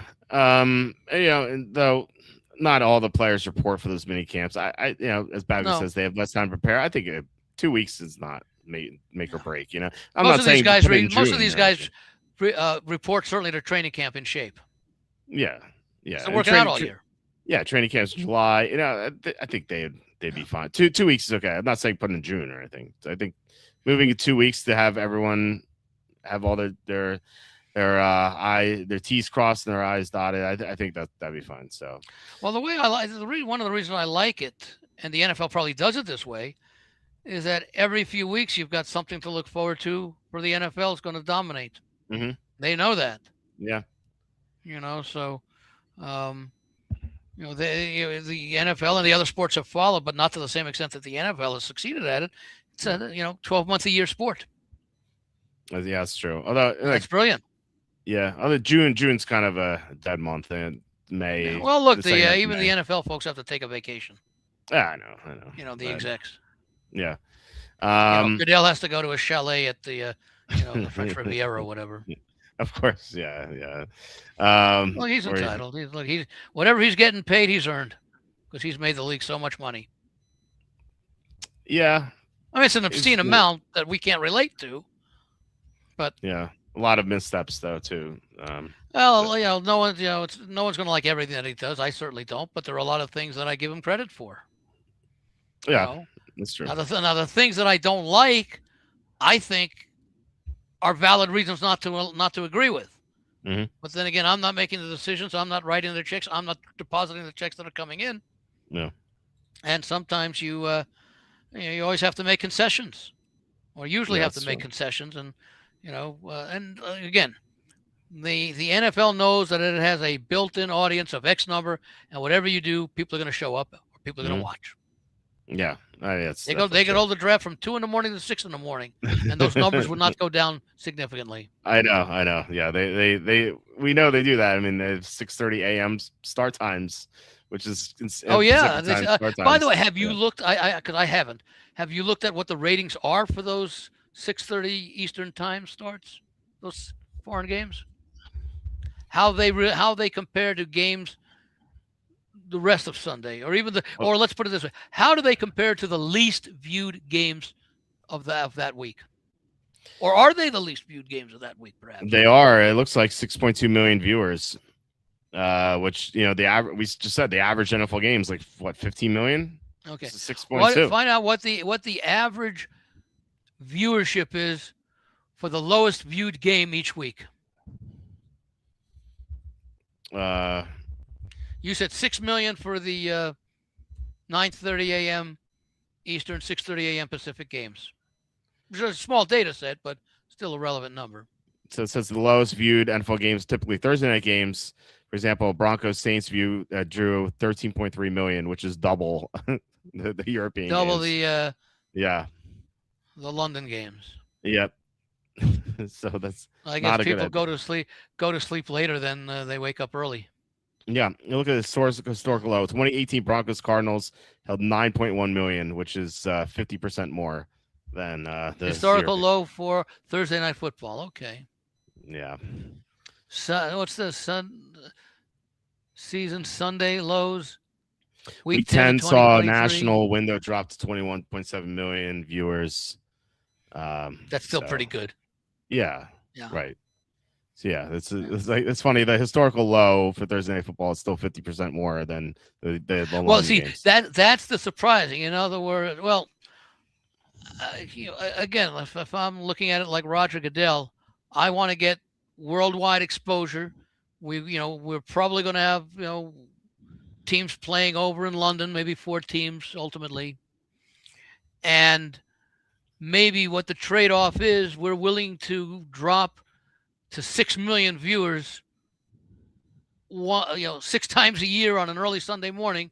We still have the rest of the day, the night, and Monday where we're going to get our big numbers. Yet, we also the people who go to those Sunday games, maybe some of them convert to fans and they become part of that multi-million viewership later on Sunday or on Monday. Well, don't forget too, they lose money on their pregame shows. The NFL Network has Rich Eisen and stuff. Yeah. They don't have those telecasts the weeks that they had the London games. So they lose money on that too. So you mean because they're telecasting the games on the NFL Network? Yeah. So there's but that I'm sure as they well. get good viewership. Yeah, and. Yeah, and look, it's not going to be as high a viewership. By the way, do they have the pregame show that starts before the London game? Like the London game starts at 9:30 your time. Mm-hmm. Don't they have like a pregame show that maybe starts at 6 a.m. your time on NFL Network? I'm not up that early. I don't know. No, have you gone to bed that late? That's definitely true. No, I believe they do. It's a different, Rich Eisen is, and Kurt Warner and those and Mooch, they're over at the site of the foreign game, but they have studio hosts. I believe. I'm not up at that hour. No, it started because the game starts at 6:30. So any pregame show would start at probably 9. 3 a.m. Pacific, 6 a.m. Eastern, Yeah. leading into the London, Germany, wherever the game is. Yeah. So it would seem that that they would have it, but how many people are forget about the West Coast, 3 a.m. to 6:30 before the first game. But on the East Coast, 6 a.m. to 9:30, that's not unreasonable to expect an audience to be watching that pregame show. Yeah. It's been a long time since I lived back on the East Coast where the games would start at 1 o'clock. Right. Where they do start at 1 o'clock. Of course, back in the day when I was back there, it's been, several decades, the pregame show was from 12:30 to 1. Mm-hmm. And they went right into the game. We used to see Pete Axtell, Jimmy the Greek, and then those guys, Irv Cross and those guys. Jane Kennedy, Phyllis George. Now they have 3-hour pregame shows. Or they at least and they draw ratings. Yeah. So can you query what the average viewership is for the pregame show on ESPN and the pregame show on NFL Network? Because those are multi-hours. The Fox and the CBS, they're like, I think 30 minutes, maybe they're an hour. I'm not sure. It's like about 1.5 million viewers. And then NFL Network. That's on which one? ESPN. How about NFL Network? It's about 500,000. So that doesn't get much. So it's 3-1 ESPN. Yeah. 1.5 versus 0.5. You know what really hurts them is that there are so many like fantasy shows on YouTube that that live. I used to watch the pregame shows. I used to at least have it on TV. Now I just listen to pregame shows on YouTube, like the fantasy. The fantasy game. Like DFS. Especially because the out list comes out 90 minutes before game time. Oh yeah. So it's definitely look at that. Say. Same thing. Yeah. No, that's it's just interesting about all this analysis, pre-games and all that. Oh yeah. Okay. So one last question with the draft. Do you think Fano cracks the top 10? Yeah, I'm going 5 to the Giants right now. So yeah, I think there's definitely a chance. I think like, is he being mentioned from Miami at some point? Let me see. Do we have anything on the Dolphins? So I mean, they have something for every team. Miami. Where are they picking? 11. Dolphins draft. Okay. Let's see. I show one mock draft here. Keldrick Falk, the defensive end from Auburn. Okay. It just says Miami position. So offensive line is the favorite. Followed by cornerback, safety, then tight end, the defensive line, edge as well. So it sounds about right.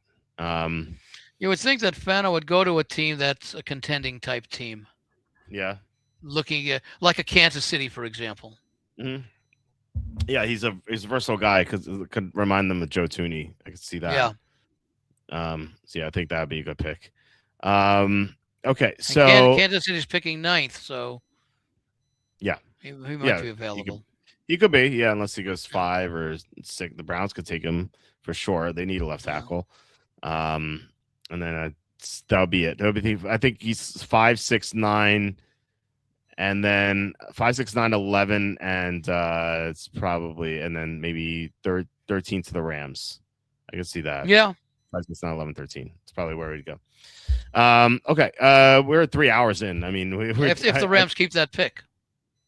Right. Yeah. They always trade. What's the Rams' biggest need, would you say? If they came so close last year. Yeah. Assuming Puka Nacua is out of treatment and playing, I think their biggest need is it was cornerback heading into the season.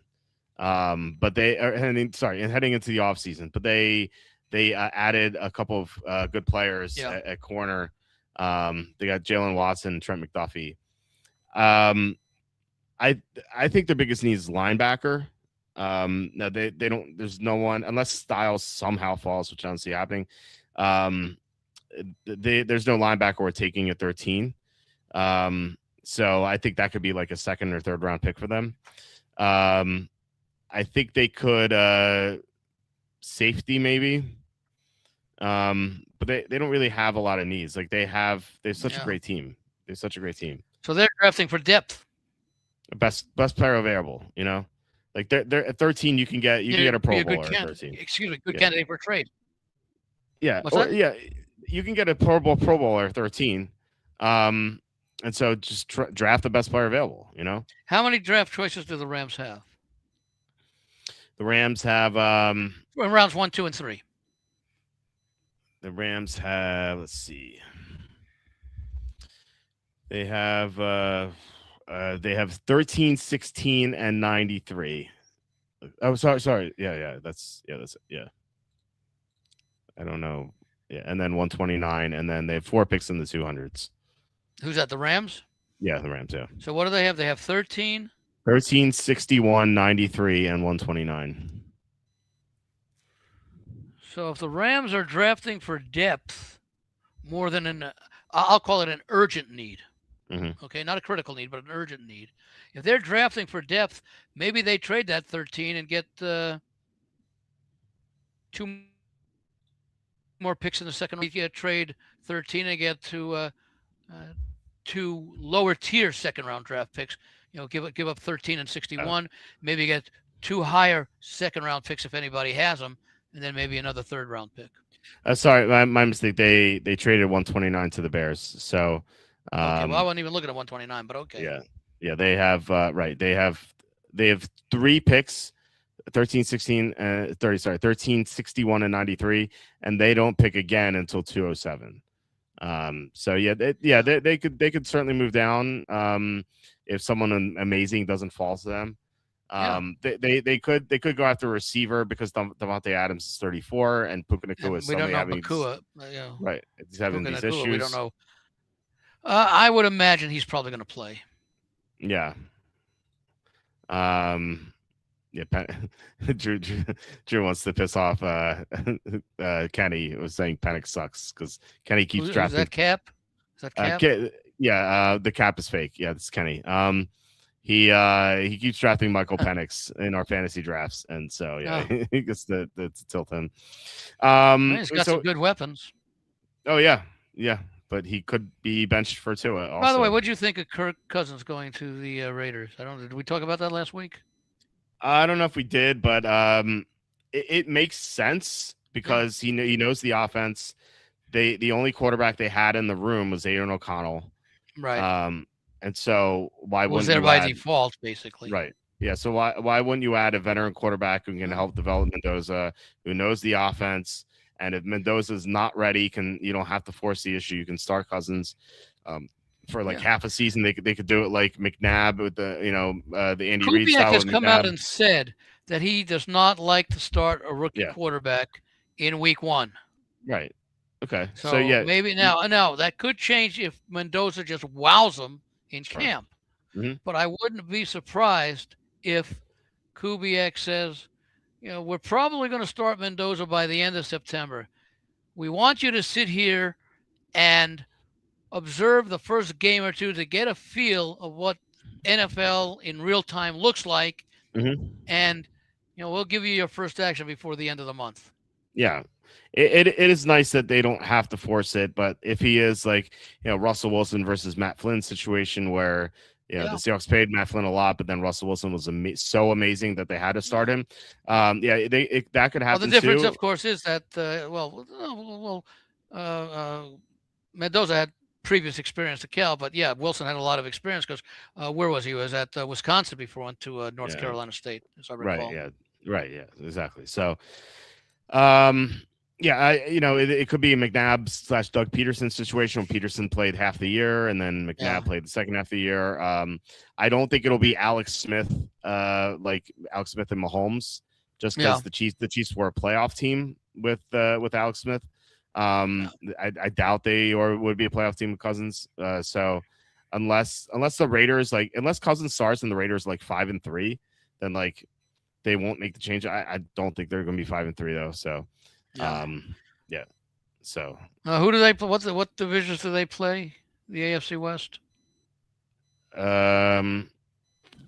Where do I have that page still? I don't know if I have that page up. I think I I think I crossed it out. Raiders 2026 schedule. Let's look it up. They play. This page is loading.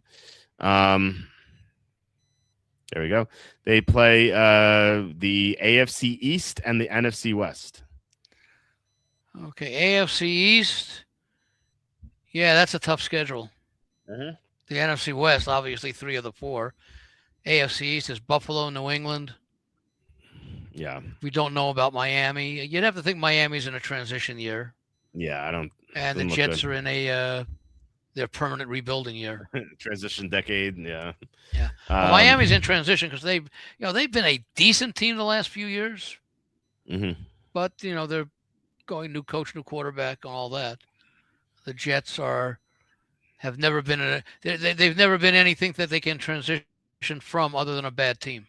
Yeah. Yeah. So they Jets, play. Go ahead. Go ahead. No, sorry. They play the tough teams in their division, and then they play the 2 tough teams in the AFC East, and they play the 3 tough teams in the NFC West. But their 3 special games are Browns, Titans, Saints, which is easier. So I'll tell you what, maybe the Titans. I don't know about the Browns and the Saints.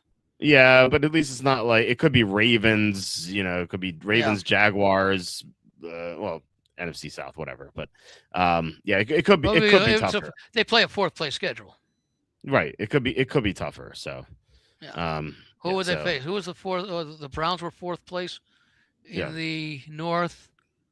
What's the other divisions they play? You said the South would be Tennessee. And then they play, South. And then the NFC South was New Orleans. Yeah. Mm-hmm. 6 and 9. 4th place, yeah. Or 6 and 11. And New Orleans figures to be improved. Yeah, I would think so. Yeah. Yeah. Tennessee, probably not that much improved. And same thing for Cleveland. I would say of those 3 teams, New Orleans should be the most improved, Cleveland the second most, and then Tennessee. Yeah. Yeah. But again, you would rather face the Browns than the Ravens or the Bengals. Oh, yeah. And absolutely. Rather face the Titans than the Texans or the Jaguars. So like I said, it's it could be tougher. It could be a lot tougher. So I forget Walt outside Detroit. What other 4 teams have easy schedules? The teams in the NFC North and the teams in the AFC North, they all play the NFC South. So you just want to look at teams that play the NFC South because Patriots and Seahawks both play the NFC South. All those. The NFC South wasn't that terrible though. What'd they finish? 8 and 9, 8 and 9, 8 and 9, 7 10. 6 and 11. They did not have a stinker as far as record goes. Yeah, but no winning 7 teams. and 10 for a 4th place team is not a bad record. Yeah. Problem is they had nobody with double-digit wins. Well, they had no one with a winning record. It wasn't as bad as it was the year before, but still pretty bad. It was the worst division. Yeah, I would say it was a balanced, mediocre division. Well, I think it was the worst division. Who's better? Who was worse? Or sorry, who's worse? Sorry, it's 2 a.m. Here. Kind of losing. Again, it's hard to. I don't know what the collective records are because 8, 8, 8, and 7 is 31 wins. That's probably close to the worst, but there may have been a division that had. What was the AFC East? We had 14. 11 is 25. Well, Miami had what, 6 or 7, I think. Miami had 7. So so they were more than 31. The AFC South. They had a 13 and a 12 and an 8. AFC South? Yeah. Oh, Jacksonville 13, Houston 12? Yeah. Here, I have it on the screen. Yeah. Okay. No, I guess, they probably were the worst of it. They were the worst division, but they were very well balanced. Yeah, Saints at 6, not 7. By the way, 6, okay. Third. And what were the others? All had 8, or were they 7?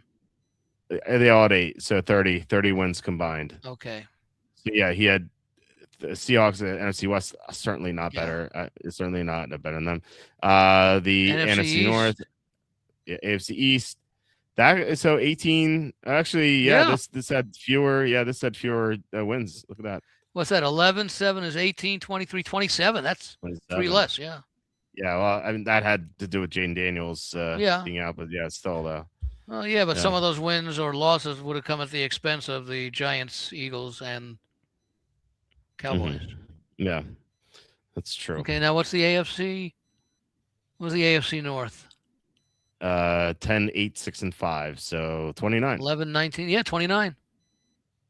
Well, Yeah, so it's a, that's worse again, than the. Joe Burrow being injured kind of affected Yeah. that too. So, and then yeah, I think so. Yeah, Yeah, I they mean, had did we more have? wins We didn't than. have much injuries in the NFC South that would be,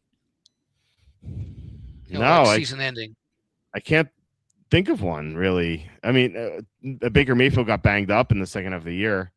Yeah, Outside of that, but he still played. yeah, he still play. Yeah, Mike Evans Carolina, he missed had time. Yeah, Young. yeah, Mike Evans missed time. You had for the Saints, you had quarterback issues until you went to Shuck. Right, right. And what's the other one there? Atlanta. Well, you had Penix injured, but He was terrible. Cousins Anyway. played okay when he was in there, didn't he? Yeah, it wasn't. I think he was better than Penix. Yeah. So that didn't really matter. Yeah. So the NFC South was one of the things I do look at, and when I do my over/under forecasts and recommendations, is I take a look at each division's record against the two full divisions that they played outside themselves the previous year and the current year. Mm-hmm. In other words, what was the actual record of the two divisions that teams in the AFC West played last year, and what are the projected win totals for the two divisions that everybody plays this year? Yeah.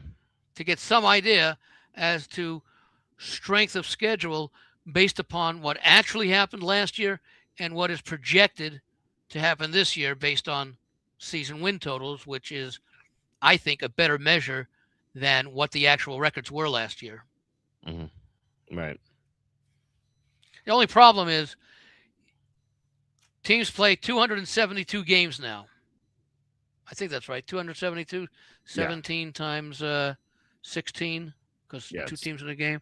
Yes, 272.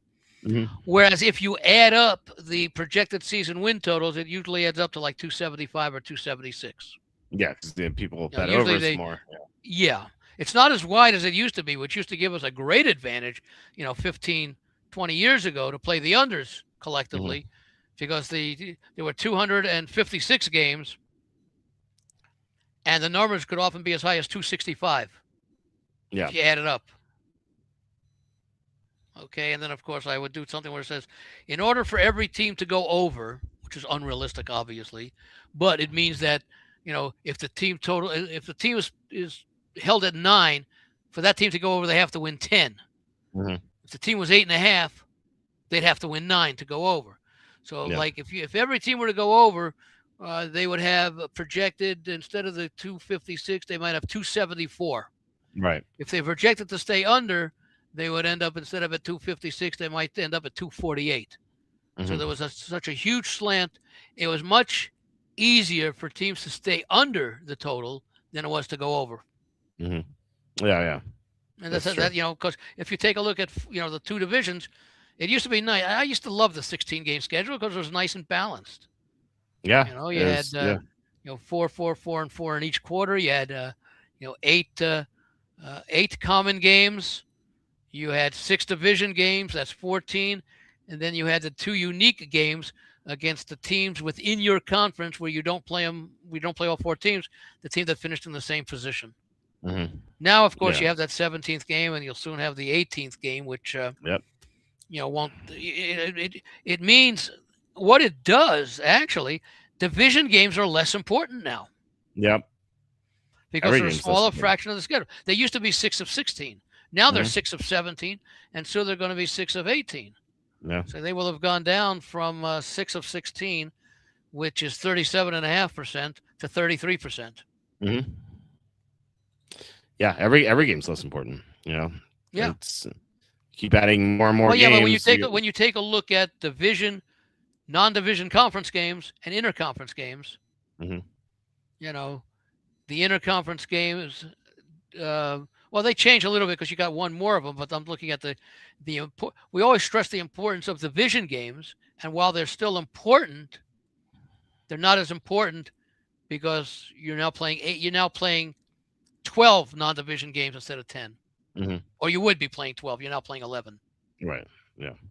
So, which is important when you're considering playoff positioning and season win totals. Yeah. Because when we did our season win total, and I know we'll do it a couple of times before the season starts, we would go, well, we think our first thing that you and I would talk about, where do we think they're going to go in the division? So we take care of the first 6, and then we go, Division A, Division B, and then the 2 or the 3 unique games. Yeah. Yeah, we'll have a better idea what this. We'll know what the schedule is in a few weeks, so that'll be fun to do, and we'll know which players. We'll know the flat spots, the good spots. The 3 straight homes, 3 straight road, whatever. Absolutely, yeah. Can't wait for that. Then I get to use my point system. Yeah. I use a point system for determining, my strength of schedule ratings because I take a look at the sequencing of games, how many division games in a row do you play, how many road games. Playing a Super Bowl team is like -2 points on your strength of schedule, or maybe it's -3. If you play a team that won a divisional game or lost to the conference champion, it's like -2. If you played a team that won a quarterfinal game, a division round game, that might be -1. And if you're playing a wild card game, it might be -0.5 and things like that. And then, 2 games in a row, 3 games in a row. And then you get pluses for playing 2 straight home games, like that. So, I award and subtract points depending upon the layout of the schedule in addition to the teams that you play on that schedule. Okay. That's interesting. Yeah. Because I think, situational handicapping is become so important because these lines are relatively very good compared to 20 years ago. Okay, because the game has changed and the analytics and analysis have changed. Right. But what generally has not changed are the positive and negative situations. Like I do not give points or take them away for revenge games. Okay. Because I don't. These are professionals. I don't think they really need to be motivated the way they do in college with the rah-rah. They say the right things. Well, this team whipped us. When it comes down to it, you're still going out and you're playing your best. Oh yeah. But if the situation isn't very good, it would normally affect it. If you're playing 3 straight road games, so that you're playing 3 different cities in a 15-day period, basically, or 16-day period. If you throw in a Monday night game at the beginning or the end, that's generally a negative, as opposed to playing 3 straight home games. Right. So I award points for playing a 2nd straight and a 3rd straight home game. Okay. Interesting. More times preparing. And again, you part of it is the travel, but also it's also giving up. The travel isn't so much what takes it out of you as much as it is you're giving up half a day of practice and preparation. Yeah, that's definitely true. So you're not you're not going on the Oregon Trail or anything. It's not too difficult to travel, but you do lose time. It's the time that you lose. I mean, how many times as a handicapper? Okay, we know that if you handicap a game 6 times, you find something in the 5th game you didn't see in the first 4, and in the 6th time you find something you didn't see in the first 5. Absolutely, yeah. It's the same thing with preparation and watching game film. The more times you watch it, the more times you see something that you didn't see before. Yeah, 100%. I wish I had a week off. I wish I had a bye week every week. Did 2 weeks to prepare for every NFL week. That'd be awesome. Yeah, that'd be great. Well, 2 weeks might be you get involved now in overthinking. Yeah, too much time. I found that I usually do so well in week 1 because I've had so much time to think about these games. Yeah. Like, if we had even 3 or 4 more days, I think that would be. Yeah, but even in week 1, there's so much uncertainty because you're still making comparisons to teams from the last year. Yeah. Because you don't really know what you have until you see how they play at full speed. Oh yeah. And you really don't see much, less and less action. And again, the off-season workouts, the off-season mini camps and all that, that's why we've gone from 4 to 3 preseason games and soon to go from 3 to 2. Yeah. But you still don't know what you're going to get until you do things at full speed. Mm-hmm. And, Yeah, that's and true. again, you've talked about it, that you get rid of everything in week one. And while I understand that week one may not be representative of what you see. And at least after week one, opponents now have an idea of what you're liking to do this season. And how Mm-hmm. does it compare to what you like to do last season? Right. Yeah. You throw away last year's tendencies and you start developing this year's. Mm-hmm. Yeah, But you don't absolutely. have a clue until you actually see the first week of action. Right. Yeah. So, Yeah. All right. Well, we're about 3.5 hours. wow, So already? I know Wow. it goes fast, but it's Yeah. almost 2:30 a.m. here. I need to finish round 6 of my mock draft. So I need we'll to a cut it off. bottle of water. Oh, Yeah, we're on six. yeah. I'm working around 6 right now. So Wow. we'll cut off there. But guys, thank you so much for watching and commenting. Really appreciate it. Thanks especially to the boss for the 4.99 super chat. Thank you so much for getting us over the poverty line. Let's go. Thank you so much, the boss. Like I said before, we'll be back tomorrow with Ben Wassley talking more NFL draft. Friday with Tom, and then Tuesday with Charlie. Those are 3 shows for the NFL draft, and we'll just be focusing on the draft. So gonna be a lot of fun, and Oh, can't by the wait. way, what will you be doing on draft night? Will you be having a show, or is that where you said you could probably do a wrap up afterwards? Yeah, so it depends how much time I have, but I do I do live grades for each pick, and I also do a live blog during the draft, and So, in so other which words, you will be doing a show Thursday night, and you'll be commenting along as the picks are made. no so as the draft is happening, I post live grades on the site, which is it's our most popular feature of the year. That's written stuff. No, or will Writ- it be a short video? Written stuff, and then after the draft is over, I usually go live for like about an hour or so. Okay. It's a shortened show, and just go over the picks and answer any questions. It's generally a high viewed show. So you will be Um, putting out grades, initial grades, like every 10 minutes.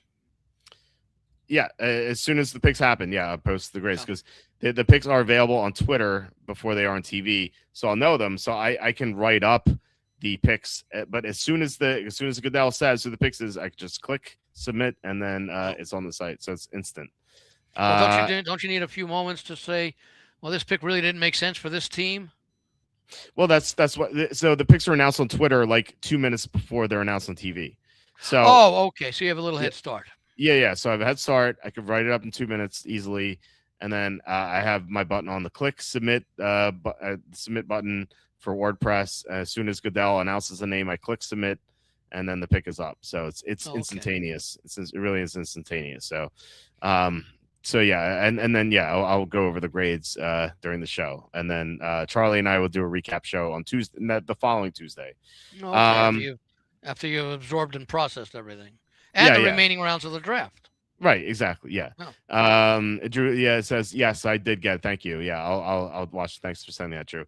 How many calories do you burn on draft day with all the typing? Well, it's negated by all the soda I drink to stay awake. So actually, the first day of the draft, I usually am pumped. I don't need any caffeine, but like once you get to Friday and Saturday when I'm running on no sleep and there are more rounds, and then I definitely need the soda. So it's Thursday nights usually have a ton of energy. So Thursday night's the adrenaline night.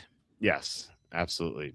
But yeah, speaking of Thursday night, I have to get ready for it. So we'll let you go. But Andy, do you want to shout anything out as we head out? Maybe your website? No, or nothing really been going on with the website. I'm getting set to start the daily baseball selections and maybe throw in NFL, NHL, or NBA stuff. But I haven't been doing it in a few weeks. I've been so busy catching up on things and doing some preparations for the football season. More so on the release of the schedules than on the draft itself.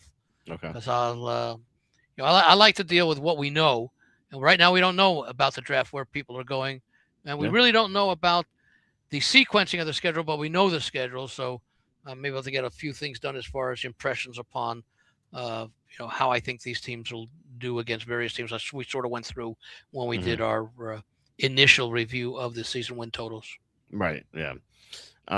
Okay. So we'll talk in 2 weeks because This time next week, I'll be preparing for the draft. Wednesday is usually a crazy night. I'll be talking to Charlie nonstop and everything. So, guys, once again, thank you for watching. Please hit like, subscribe, comment below, share this video.